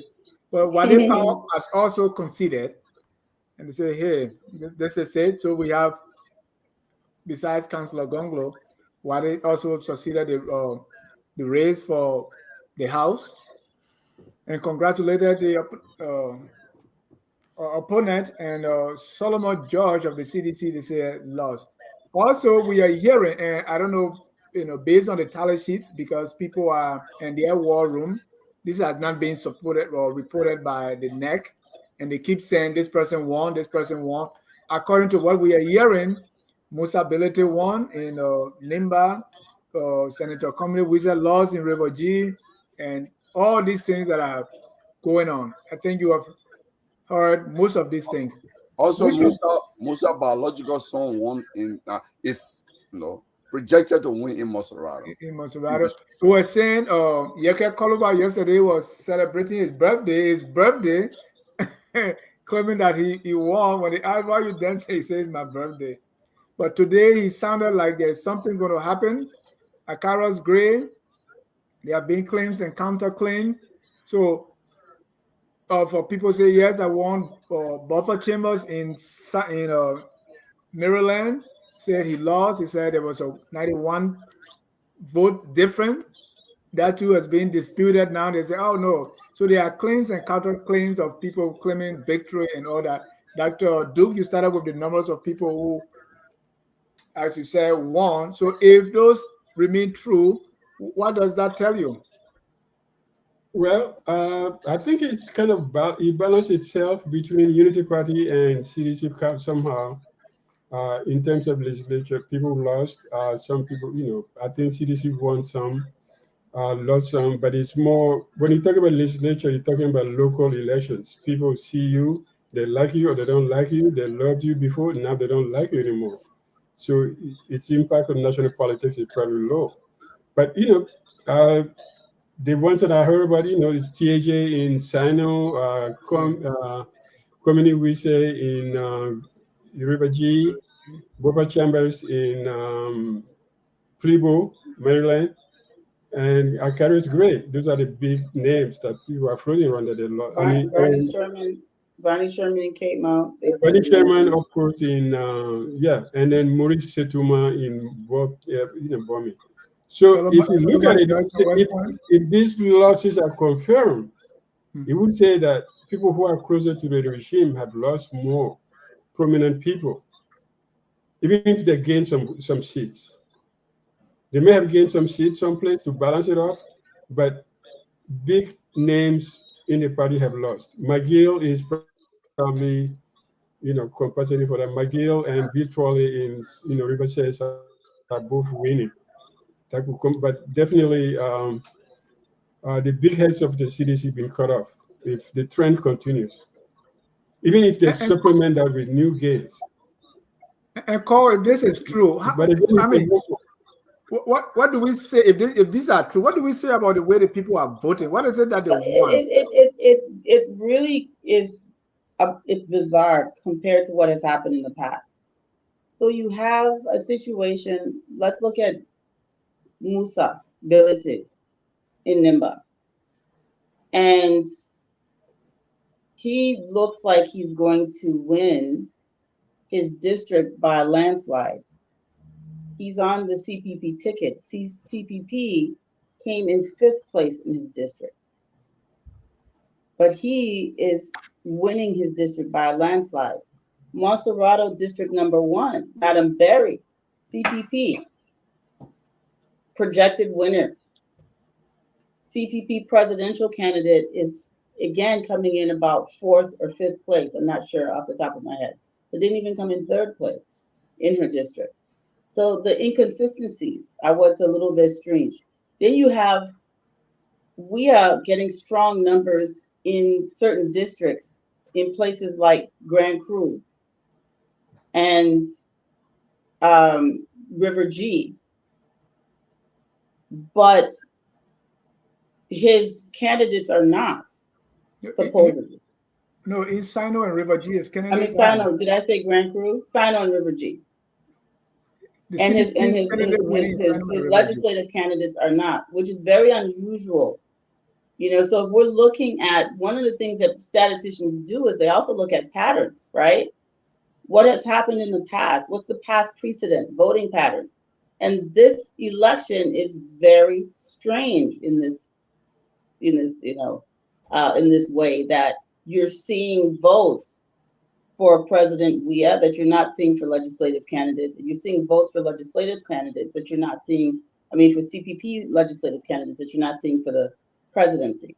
Very strange. Yeah. Strange. Strange meaning it deviates from the previous voting patterns. And what really, so if yes, that deviate, so what are the voters going for? Are they going for the incumbency? Are they going for... either there has been some incredible awakening in the population as compared to 2005, 11 or 2010, I should say. Oh yeah, 2011, 2005, 2011, 2017. Those numbers, people were really voting along party lines. Where you had strong votes for CDC candidates in the legislature also swept those places. Where you saw strong votes for Unity Party, same thing. LP, for example, strong in Basa, they were able to send somebody to the legislature. It was consistent. Where the problem is coming in with this election is it's deviating. So maybe with the advent of social media, people are exposing these lawmakers. I know a lot of opposition groups have been telling people to change all the lawmakers. Maybe that's why. I don't know. I can't really speculate. I'm just recognizing that there is a deviation, a statistical numeric and deviation from the past patterns that we've observed. And there could be many reasons why, but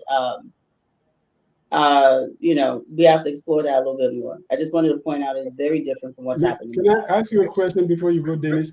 Don't you think that's like a level of sophistication that people say, for local politics, I want this guy or that girl or this man, and for national leadership, I want this person. And that's why she's that distinction. That could be it.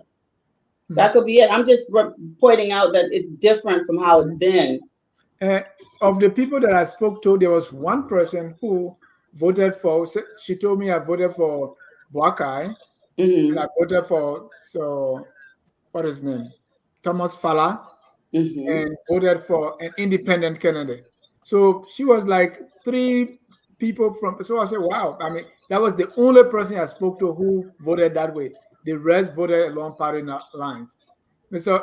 Gonglo, if what we heard about these senatorial and representative race, if what we heard is true, right. What does that tell you about the voting pattern, and what are the people voting for? You said 12-year row and 6-year row. Yeah, Dennis, what I will say. I think in the absence of the final results, we don't have a clear picture yet. But here's what I think is difficult in this kind of situation to want to put maybe in a random process to say maybe voter win this way. But from my gut feeling, I was in Liberia, in a campaign in Bonn, in Limba. I went to a few places in Monrovia. I think a lot of things must be considered.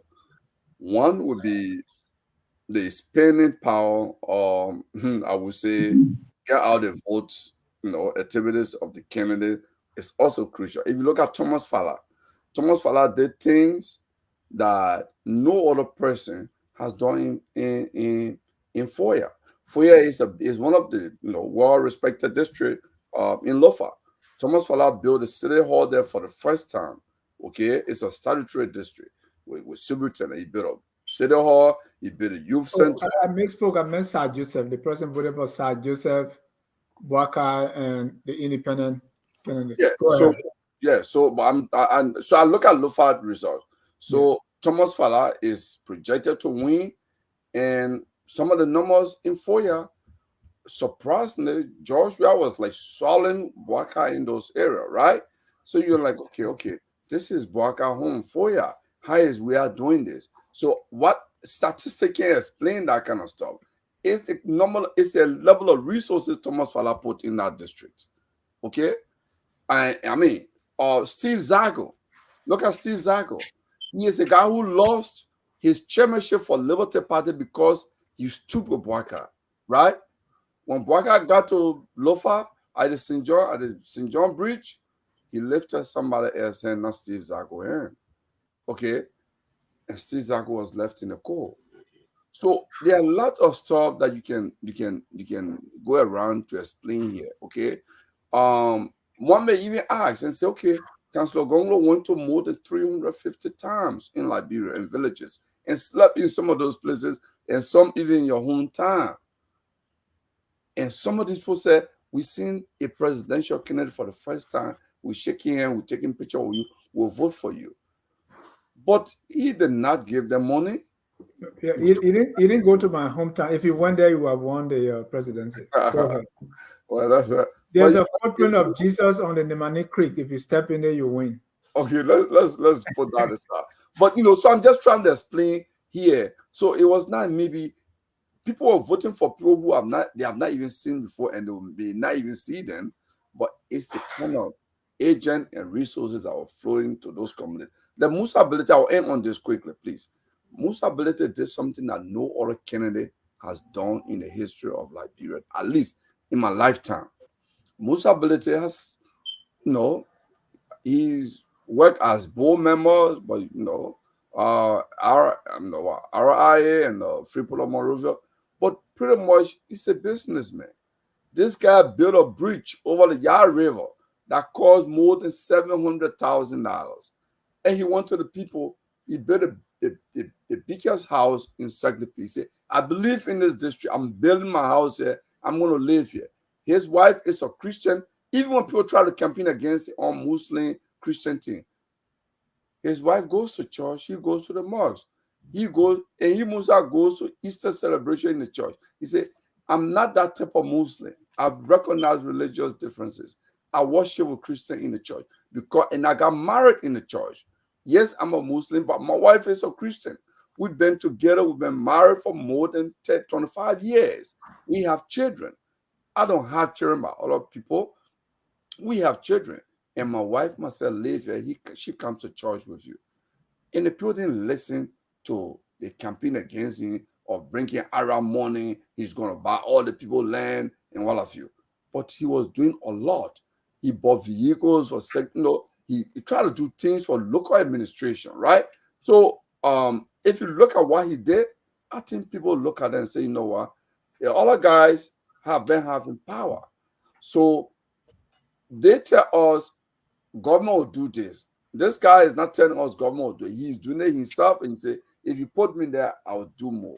Thank you. Thank you. Mr. Salif. You don't look like, it doesn't appear to me that you agree with the previous speakers. I mean, not that I don't agree with the previous speakers. I've said time and again during this campaign period, political campaigns are about the political environment, resources, and the opponent you have. And resources in our context, yes, it's not a job of a single individual to construct the bridge, to construct the local government and all that. That's not their job. They don't understand governance and government. But in our context, that's what people do. They ask you, what have you done before? Have you dug a well for us? Have you done anything for us here? Have you built any single bridge? Those are the basis for people voting for people. And so politicians do those things. That's what I mean by all politics are local, right? Politicians do those things that unfortunately are misguided, yet that's what people have been accustomed to voting for people on. So when you see and say, well, there's a statistical deviation departing from previous, it's because of grand game, it's because of GOTV, get out the vote, the individual effort.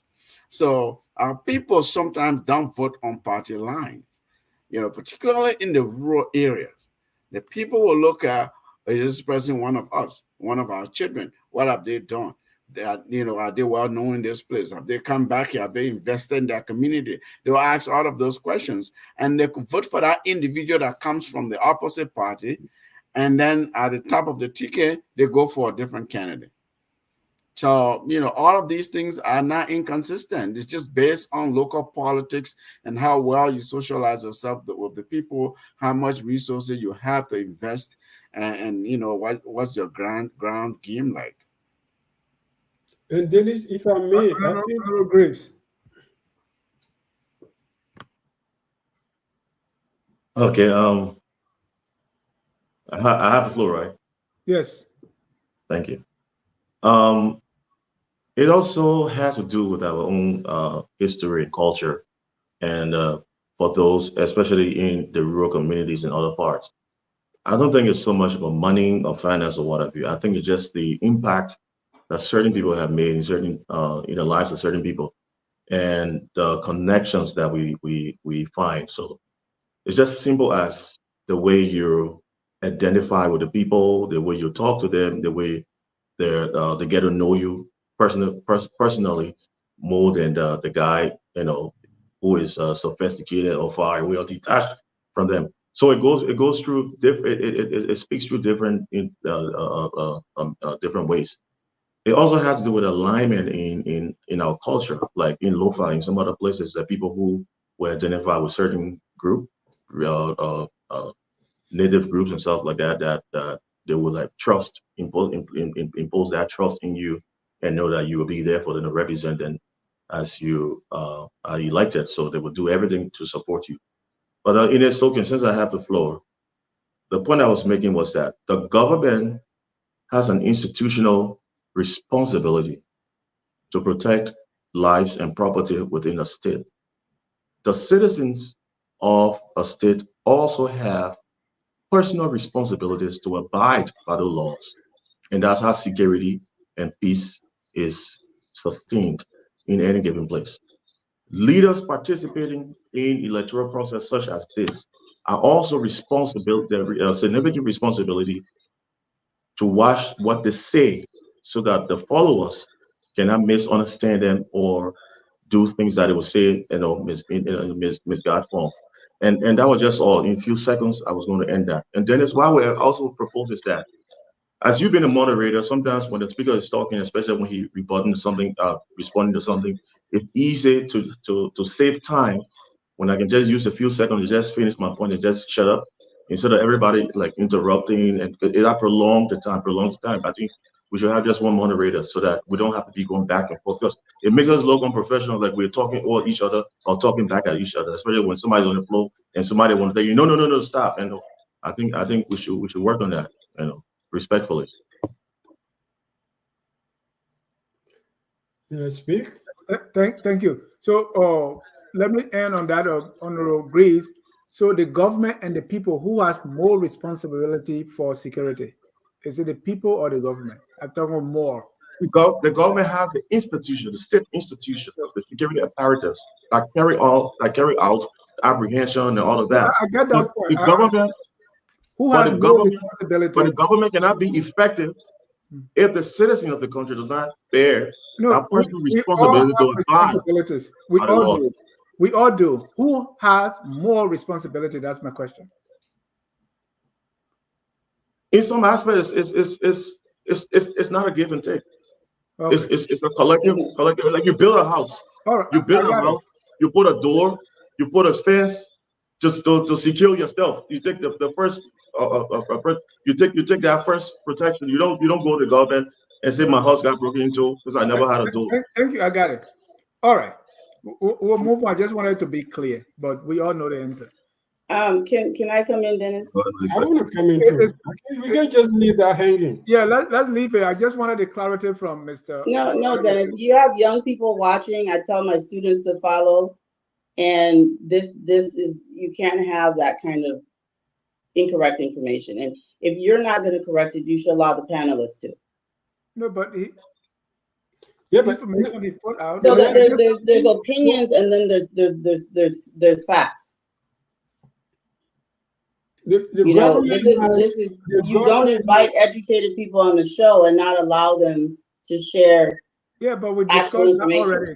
No, but Dennis, there is a constitutional responsibility. The Constitution is what gives the government responsibility for security. It's not just institutional. It is like actual constitution. The whole reason government exists at all is one of the three major reasons. The major one is security. And if someone's door is missing and you enter their home and steal, yes, you can go to the government and say, I was robbed. There's no law that says that it's legal for people to steal from you because you don't have a door. And there's still freedom of speech. While you cannot abuse that, you do have a right to express yourself. And the government is there to regulate and create laws that people have to follow. So I just don't want that to be confused, because we do have young people that follow the show. And if I may add to that, I think, Mr. Graves, when you say, oh, we have both, no, it's not both. Government is created for that. That's why people pay taxes. That's why they stay in line to do their paperwork. Government is responsible for me to go to the polls, cast my ballot, return home safely, and not be bothered by anyone. That is a government responsibility. And if somebody says something not correct, that doesn't make sense, that will incite to violence, it's government responsibility. I don't have to sit home and say, oh, who do I have to call to raise this issue? Government is supposed to follow every issue, every day. That's what they do, 99% of the time. If you don't do that, then you say, oh, the citizens have this. No, we don't. That's why we have a government. You have to tell the government. Exactly. The government is responsible 99.9%, 1% to the citizenry. Thank you. The last thing I want us to talk about before bringing in the callers is this claim and counterclaim about victory by both UP and CDC. And Honorable Grace spoke to that earlier and touched on that. We're feeling winning, right? Is it a campaign strategy? I know campaign is over, or is it something that we all believe is going to incite violence, as Mr. Salif and Honorable Green were talking about earlier? What do you make of both CDC and UP officials? UP had a press conference, right, saying, oh, like, to a certain extent, we have our tally sheets and we've won this already. I'm paraphrasing. Is that dangerous, Mr. Salif? Well, I mean, we've all talked about this to a certain degree. So these party structures have information that we don't have. They had poll watchers for a reason. They had representatives at each and every single polling station, right? Every precinct has a party representative during the voting process and the tabulation and the counting process. They're there. They're taking picture. They all have to sign the form. They have to post the tally sheet. That's why everybody has tally sheet at the polling site, and then people take pictures. And so the parties. Additionally, the turnout we saw, the massive turnout we saw, that had to be something. We applaud our people. We congratulated the Liberian voters. But those who follow these kinds of things, elections and run political campaigns, they will tell you, when you have such an unprecedented turnout, what does that mean? Even without looking at the numbers, what does that mean for an incumbent? What does that mean for a particular trend that we've seen in the country? And then we look at the results. So point being, constitutional, of course, people have the rights to express themselves, to assemble, to declare that based on evidence and everything they've seen, they believe that the trends they're saying, the numbers they're saying are trending their way, and so they can celebrate. However, what I've done since has been to urge caution that NEC is doing its work. This is meticulous work. It ought to be meticulous work. It may be a snail pace, but the snail will get there. The snail may have an arduous, long, difficult journey ahead. The snail gets there. So, Dennis, I can speak to why, because CDC, I'm hearing the CDC too is ramping up to jump in the street to celebrate. Should they be doing this or not? And officially you will say no, you exercise caution, wait for the result. But we know that we will not know result till a week later, really. So people will celebrate based on information they have. Because that's the same don't thing. do it violently, do it peacefully. And don't be bullying people, don't be throwing things at people and that kind of thing. Is the discipline. How is that different from the CPP statement? Because people are still using the result they have, and they are taking some actions. So now the CPP have the information they are declaring victory. It's different because the CPP is making a specific allegation of fraud. So that allegation we're saying channel that through the magistrate process, the NEC legal process, and then there are other means, there are other ways of sending signal that look, we know what's happening because we have evidence, and now we've put you on notice, and have your surrogates maybe make sure that NEC knows you have evidence, you're watching, you want this investigator, you want it verified. So you have to rerun the votes in certain counties, certain precincts. You do that, but you issue a press statement that suggests that you have evidence. Your candidate, based on what people are telling you, your candidate's outcomes, the results were predetermined even before votes were counted. Now that is tantamount to a call to action. To me, sounds like. Mr. Gonglo, do you agree with that? Yes, I think it's reckless. It's a political statement. It's just like UP having press conference after the 2020 midterm elections and listed 17 counts of infractions or egregious violation of the election laws, but took no action. They never filed a single complaint before NEC. Board of Commissioner, not even before the election magistrate. They didn't do anything. So it was just a showmanship. That's all. So Unity Party and CDC declaring this victory, you think that's reckless also?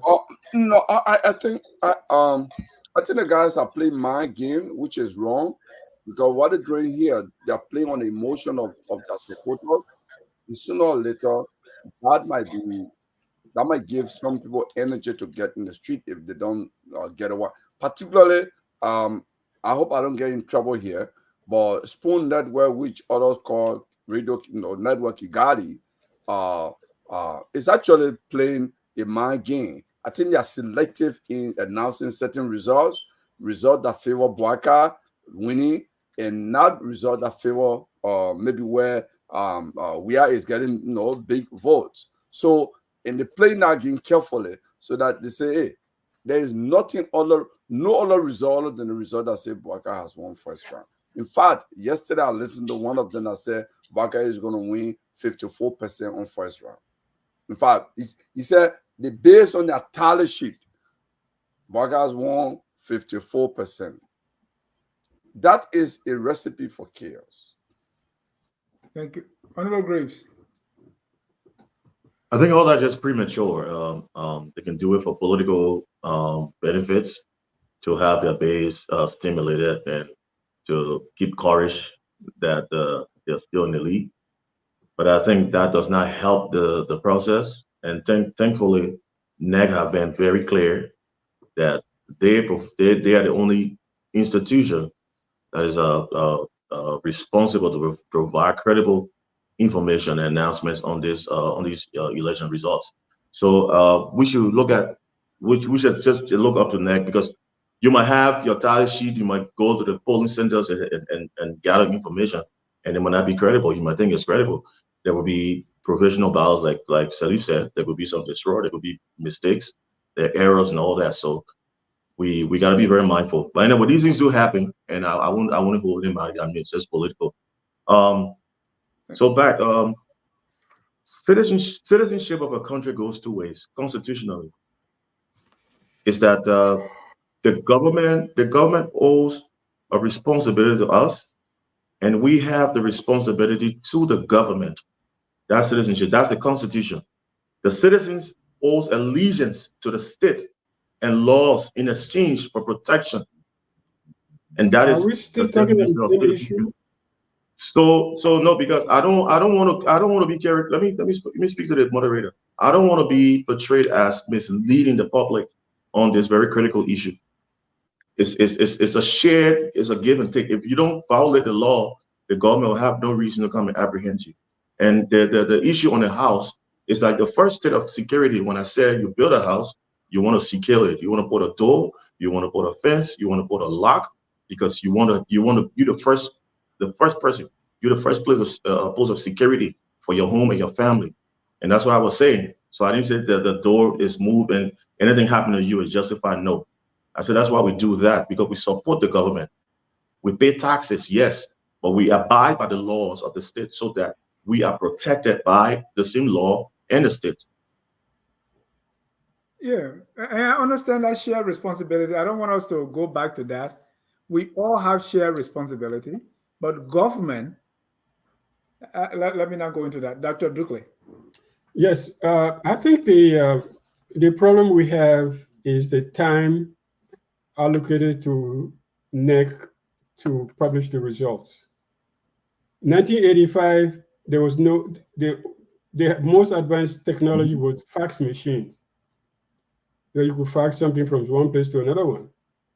If there was no electricity in Foya, you couldn't fax the document to Morovia. So somebody had to bring it in a car or on a bicycle or whatever it is, or come from Plibo, take a canoe and go around. So those days, so we need to do this, adjust the time frame with the times we live in.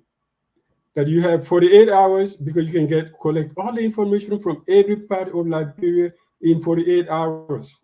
You just take a cell phone, click, and you send a picture. It says we sign it. This is the result, and it doesn't take 2 weeks to tabulate and say go to slow motion. So that gave that slow motion delivery put political parties in a jam because they say, okay, we have to say something. Gonglo may say, okay, you know what, I'm out of it. Coming will say, oh, they're cheating me. Unity Party says, well, there are conspiracy issues going on. So you have too much time between the votes, the real-time possibility that we have, which is technology. You can be in Foya and take a picture and send it to Morovia in 1 second. It doesn't need 10 days. It doesn't need 15 days to couple it. We have all this information. Why don't we adjust technology, our time frame for relation to technology and say, this is what we have. In 1985, you didn't have that. You needed a bicycle or there was no bicycle and motorcycle in Liberia in 2005. 1985, if I remember. Nobody had a motorcycle except Peace Corps. But now you have telephone lines. You have, video, everything you can do online in 5 minutes. Why do we have to wait 2 weeks? And those 2 weeks are dangerous times because people make up stories, they make up lies, they make up conspiracy theories, and then everybody tries to stay excited. Especially those who think they are winning have to keep the partisans up. And then it becomes a boiling point where it's a boom. Right. And how come political parties didn't see this? Nobody raised a flag. Because I'm not part of any political party. I would have told them. No, not you per se, right? Because these things, we talk about them. I think the analogy, anyway, I don't want to go to that analogy because it will feel. Go ahead. Then it's you. So it's like, nobody talk about these things until now. And the main reason, and that's why other people are even thinking with the Appon factor, is like voter registration. People did not train their partisans how to vote. My correspondent in Bon County told me a story. He said this representative told people that are voting for him, I'm number 5, vote number 5, vote number 5. So to get in the booth, the first ballot you have is the presidential ticket. You pick number 5. Second is the senator. You pick number 5. Then the third one is the representative. You pick number 5, right? Because that's how they voted. But Carl, let me get your take on the claims and counterclaim from UP and CDC on claiming victory, declaring victory at this time. Didn't we answer this question like thoroughly already? Okay, well, let me go to the phone lines. Yeah, go to the phone lines. Like we've been answering the same question since the show started. All right. So yeah, the phone lines are not connected. So right now. So many are saying I can answer something else. I mean, you know, I think it's normal. I think it's normal for people, and I think we've said this already, based on what they're seeing, tally sheets, to get excited and talk about it. People have a right to do that. You know, there's not some kind of totalitarian society where people can't express their thoughts and opinions in advance of an official report. And I think this need for people to keep saying NEC is muted and they can unmute. You know, that NEC is the official, you know, we know this. I don't think there's anyone in Liberia that's going to take office if NEC doesn't tell them to take that they can take office. So everyone knows this, but it's normal in a democracy for journalists to speak and express their opinions based on what they've seen. This is okay. It's a good thing. It's a healthy thing. It's not going to bring war. It is a different thing, though, when people go out and incite. But again, this is where the idea of enforcement comes in. If someone crosses the line, who's responsible to enforce the law? It goes back to what we're saying. It is the government who enforces law. So citizens have rights. Government has the responsibility, the constitutional responsibility to protect and citizens from other citizens as well. So the line needs to be drawn somewhere, and I think a lot of the comments are coming from even government officials. You know, people who are serving the country, people who are being paid with tax dollars are violating all kinds of social norms, and nothing's being done about it. So, you know, I don't see a problem with Unity Party celebrating or CDC celebrating if they win a district, if they see tally sheets for a polling place and it looks good for them. I think that's a natural part of the process. Thank you. Well, this is Tough Talking Thursday. If you are watching us and want to be part of the conversation, please call 605-313-6004. The code is 791-403#. Hi, my name is Addie Tyler from Pennsylvania, and you're watching Focus on Liberia. Let me bring in our first caller here. Our first caller is Mr. Evan Morris. Evans, you're live. Go ahead, please. Thank you. Thank you, Mr. John. And hello to the panelists. I just want to ask you why you don't do your parables anymore. I really enjoy those parables. Then you got to, because I'm charging now for each parable. Okay, okay. Well, let me say this. I like the tone of the show tonight. It's measured, it's very responsible, and everybody is well articulated, you know, in terms of let's wait for that. That's what we want to hear. But let me just say this to Mr. Cummings. You know, he should learn from Mel Jones. Mel Jones took 21 people to the police station and only got 1 vote. You know, it's like a football player whose favorite player is the arch rival of his past. You know, like Ronaldo, some favorite player is Messi. So maybe the people that he got around him, maybe the favorite candidate is the point of winner. You know, sometimes you just have to accept it. But in all seriousness, you know, you got to go through the rightful channels to express his grievances. But I think we all can see that from the results so far, Boyka is in a slightly, I think he's heavily, supported. His places hasn't come in yet, and equally President we have places that's not coming. It's going to be in the mid to maybe high 40s for one of the candidates, and somebody followed closely by within the low to mid 40s. So it's very surprising for me, Mr. John. I'm sure everybody is surprised that it's only been a 2-horse race, and Cummings and Gonglo is not really showing face. But hey, I'm so excited. I'm so happy that people are voting people out of office who they feel like did not perform. But I wish that we can do a polling, on one of these networks, even on Focus on Liberia, to know what was the cause, what was the reason people voted for these candidates or choose, to not retain the representatives or senators. I really want to know, because it will show if the voters are really informed or if their needs are not being met by the politicians that they put in office for the last few years. Well, great show. I like the measure approach tonight. I appreciate it. At least you're not making some other board, third boy, we are prediction and 55% for Boyka. But thank you so much for the show. I'll leave it there. Thank you. And thank you for taking my call. Thank you. Let me bring in Flomo Livingstone. Go ahead, Flomo. Oh, hi. I'm second to the great show. I do have 3 points. One of the things with Chris is, man, come on, how will you say the government is not responsible for protection and security? It's not true. Another one again is, Mr. Congo, you said Spoon TV don't report the information about when George Wright is winning. That's not true. When you watched Spoon TV yesterday, they reported for Salo Conte, Greg Jeter, River G, Miriam, and Graham Basso where George Wright was winning. We should be truthful on platform like this. Another thing he said when JFB went to Lofa, he didn't raise Steve Zago hands up. That is not true. Because our father is true.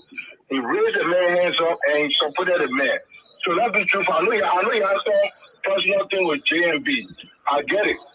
I know your brother already concede. We appreciate that for him. But we'll come here, let's be factual and stuff like that. That's what I have to say, Dennis. Thank you. Thank you. Well, that takes us to our final segment, which is your Tabata of the week. Are we not making comments on the callers? Because No. the last caller I have comments to make. I think there are 2 things that can be also true, and 2 That means you can raise 2 people's hands. No, so he claimed that Boyka. I said at the scene, I was very specific. At the scene, John Bridge welcome Boyka. One man came there and lifted the person hand and said, "This is the senatorial candidate." You say one man came there or Boyka lifted his hand. I didn't get that. And that's the person that presented to Boyka. They are welcoming him to Lofa. That's the person that presented, and that person was not Steve Zago. But it was not Boyka who raised his hand. I thought that's what you said. Mr. Gonglo, the caller is right, though, that former Vice President Boyka raised Steve Zago's hand in FOIA. When you spoke, when you addressed the people traditionally, that's the point I'm making. 2 things could be right. I saw him entering Lofa. This is why it was done. Okay? I understood you as saying that Steve Zago sacrificed himself for Boyka, but when Boyka got to the Lofa Bridge, he raised somebody else's hand. That's what I heard. Yes, that's the But it was not Boyka. You said now you're saying somebody raised that person's hand and presented him to Boyka. And that's not accurate because Boyka didn't raise the man hand. Dennis, in a political gathering, let's be real here now. Who will come near Boyka campaign structure? No, I'm saying Boyka did not raise the hand. That's the Boyka did. Boyka did because the presenter and they both stood like this. He did. And it's John Bridge that's raising his hand. I didn't watch that clip. Because they welcoming you and say, Dennis, this is the person that we have.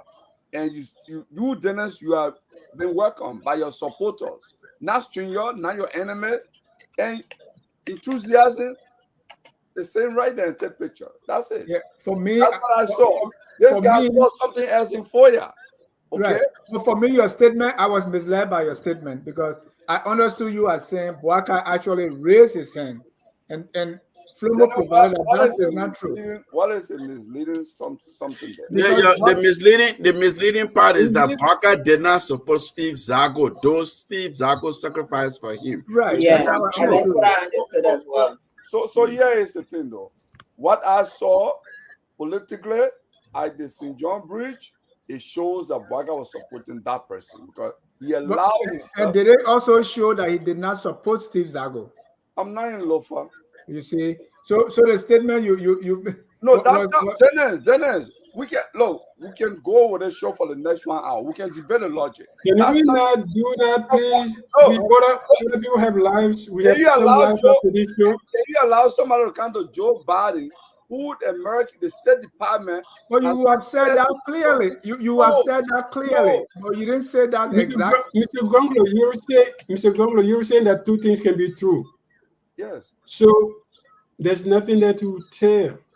All right. You said two things can be true. You said leave at that. Let's go on, Mr. But the man is saying for you. I said St. John River. Yeah, it's okay. It's okay. Thank you. Huh? I will call you after the show, so we'll debate it further. Yeah, you guys go ahead. We don't. Right. But at this time, let's go to our Tabata of the week. Let me start with Mr. Gonglo. Your Tabata. Tabata, for those of you watching us for the first time, Tabata in the crew speaking language means foolishness. Sometimes there's foolishness going on somewhere. And at this time, Mr. Gonglo, your Tabata of the week. Listeners, please, list your Tabata for us. What I don't really have I never thought on Tabata this evening, but here's what I would say though. I'm sitting there looking at Facebook posting, and all of that. I saw a car's grade number 9 is like, whatever. I mean, some people claiming that 82 to 83% of the voting has been counted for that era, and Akara's grade is leading by this much. He's not strongly and what have you. So, but between CDC and Unity Party, the claims that their supporters are making, I'm looking at it, the different posting they're making.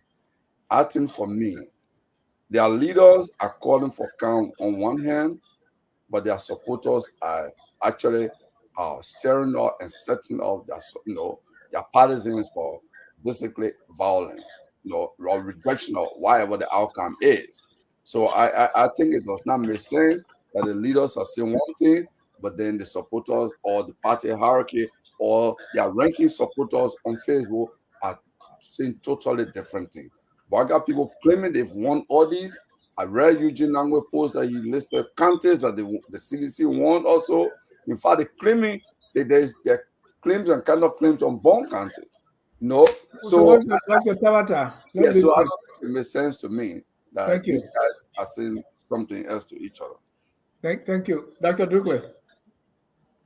My Tabata is the Hamas attack on Israel and all the geopolitical crisis that is going on in the world now, as we do have enough with Ukraine and the Sahara and the Sudan and the DRC killing, that human beings still think that our best way to resolve our issues are to shoot each other is really mind-boggling. And it's not Tabata, it's a sad Tabata. Honorable Graves. On top of that is that there were jubilations of Unity Party partisans yesterday. They got to the street and they were calling one another, networking that they have won the elections. And then the guy announced, not the general group of the partisans, not just few in certain look up. And then it told them when they got the announcement, it said, but NEC having announced everything here, just 6.6%. Percent of the vote has been tallied. It was like, oh, we didn't know. So the thing still on. Say yeah, it's still on. It got a long way to go, and the jubilation, the celebration turns sour. I hope that make you laugh. That's fun. I try to be funny. Thank you, Mr. Salif. Your Tabata of the week. My Tabata, I have to be Yeka Kolba had a press conference, except it was not a press conference. He just yelled and insulted everybody. He said, in fact, the Liberian people, I don't need a vote. I'll call your kind of vote for me by force. You don't vote for me, I will force you. Yeah, so it was just amazing to kind of hear. Wow. Yeah, they said his press That conference. you can force then? Oh yeah, he said I don't use some expletives and in saying that. As in the context of the same thing, CDC planning to jump in the street to celebrate sort of a fictional celebration, putting fictional numbers up. So he was issuing threats there, and then the blue plastic bag. The challenge is going on. It's just crazy, One small thing from Unity Party press conference, it apparently this bag was containing the tally sheet that Senator Dillon had. So it took the tally sheet from and it's just gone viral. Like everybody's posting with a blue bag on their heads and things like that.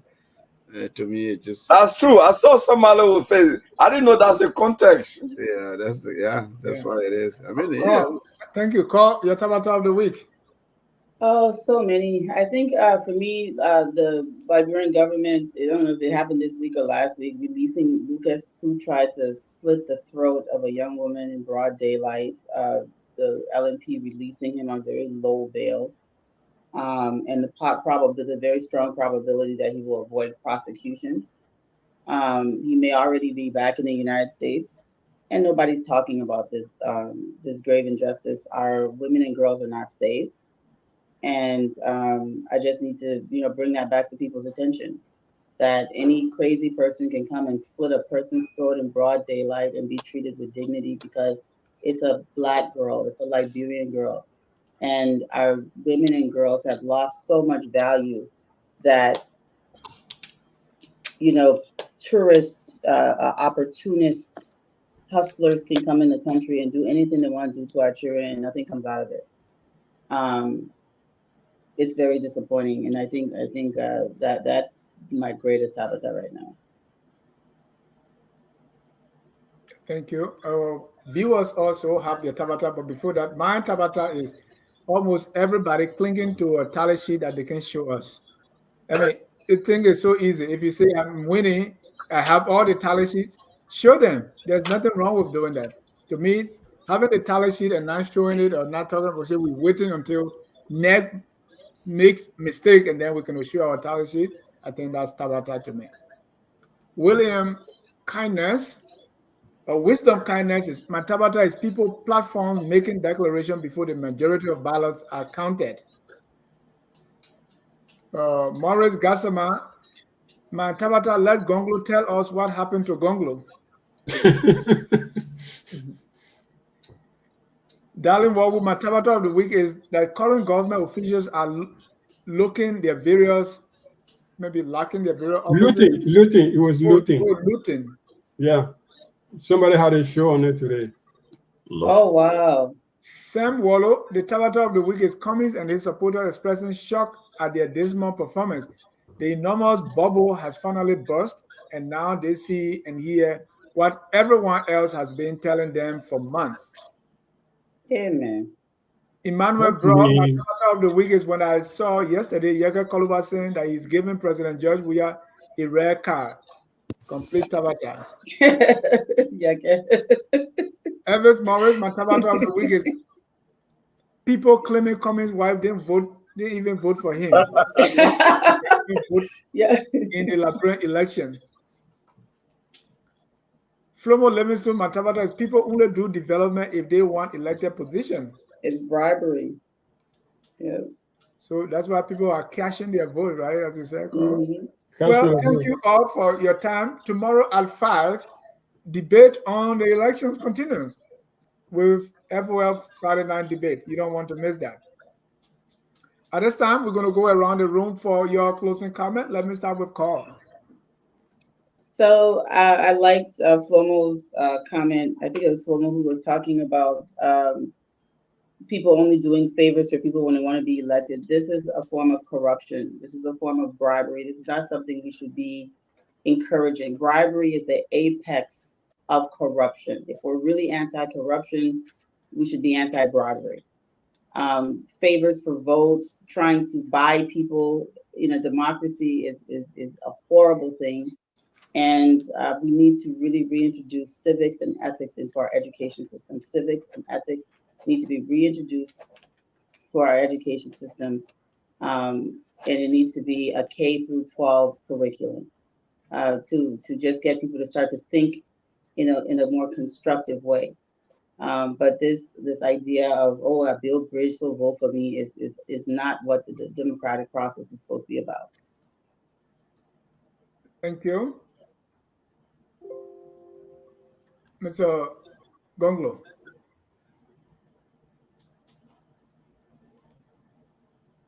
Let me go to Honorable Graves. You're closing, sir. Yeah, in closing, I just want to reiterate, commend the Liberian people for the turnout. That was very impressive, and that demonstrates a solid democratic path through the universal exercise of franchise in a transparent, free, and fair process. Now, this time is very crucial, in as much as we've been applauded for what we have done, showing to the world that we're ready. We choose democracy and not violence. It's also behoove all of us to be very responsible and have that shared value in protecting the peace and sanctity of our country. It's all of our responsibilities. Also, time is still, I mean, it's still close to it, to everything. It's just the beginning. Announcements have been made. It's 6.6%. There will be a lot of incoming, and there will be a lot of changes. Some candidates will extend, some might find themselves deflating in the polls. We should all be credible, because to end this whole process, Liberia should win. And for Liberia to win, it's for us to keep our peace. Thank you. Thank you. Mr. Salif. Thank you for a good show tonight. So two things. First, while we applaud the Liberian people, which we should, for the massive turnout, I also like to take a step back to say those who on this show and many other spaces say that Liberians are not issues voters. The people prove them wrong. The people prove them wrong. I mean, I would like to believe that the turnout was unprecedented, massive.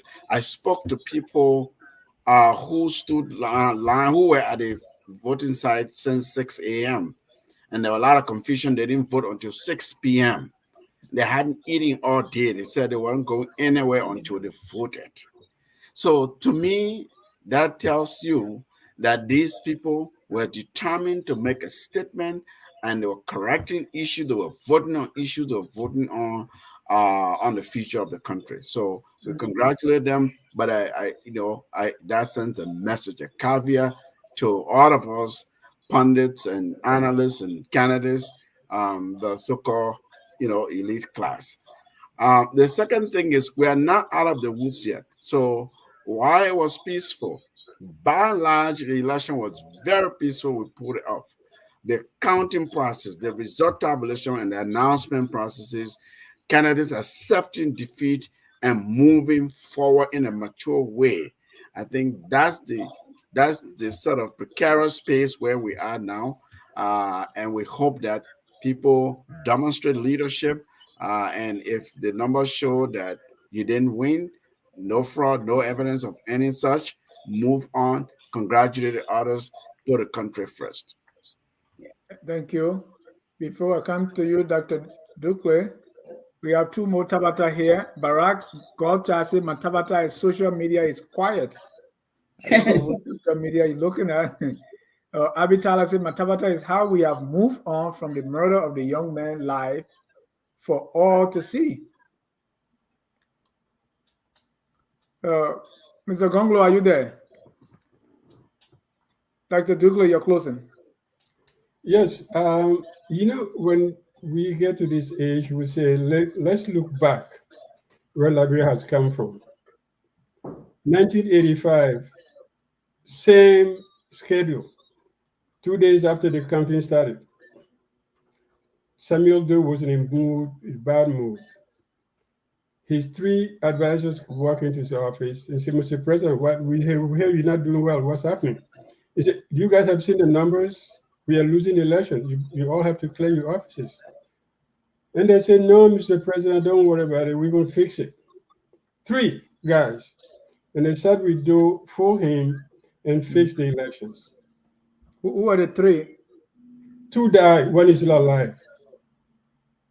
I hope it's not Mr. Barbara you're talking about. You're not going to get a name out of him, but you can read my book 6 months from now.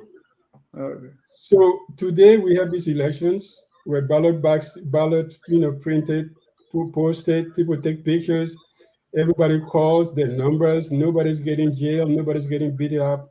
I think that's a big process. And I think we should keep it up. And I think we should give NEC the time it needs to do its work. Although we should think that technology, we should be faster. We don't have to do this like 15 days. But we should give NEC time to do its work. And then the second point, if you lose quietly. You know, it's not. You have the tallies. You have all. If you didn't have voters, people didn't vote for you. They didn't vote for you. Sometimes they like you, but they say, I don't want to waste my vote because the election is between John Brown and Jimmy Brown. So I'm not going to waste my vote for you because I like you. So I'm going to give it to somebody that I think should win the election. So you just say, okay, maybe it's not my time, man. It's politics, numbers. The results, pray on it, and go sleep. Thank you, Dennis, for the occasion. Thank you. And to Abby, what we learned that the young man who was being brutally attacked in the street, I heard that he survived. So we let's keep our finger crossed that information is true. Well, ladies and gentlemen, thank you so much for your time, for spending the Thursday and talking tough. I want to thank our viewers for those who are watching tonight and even those who will watch later. Until then, it's our song that says, we are all Liberians. Have a good night and God bless you. We are Liberians. Liberia is our home.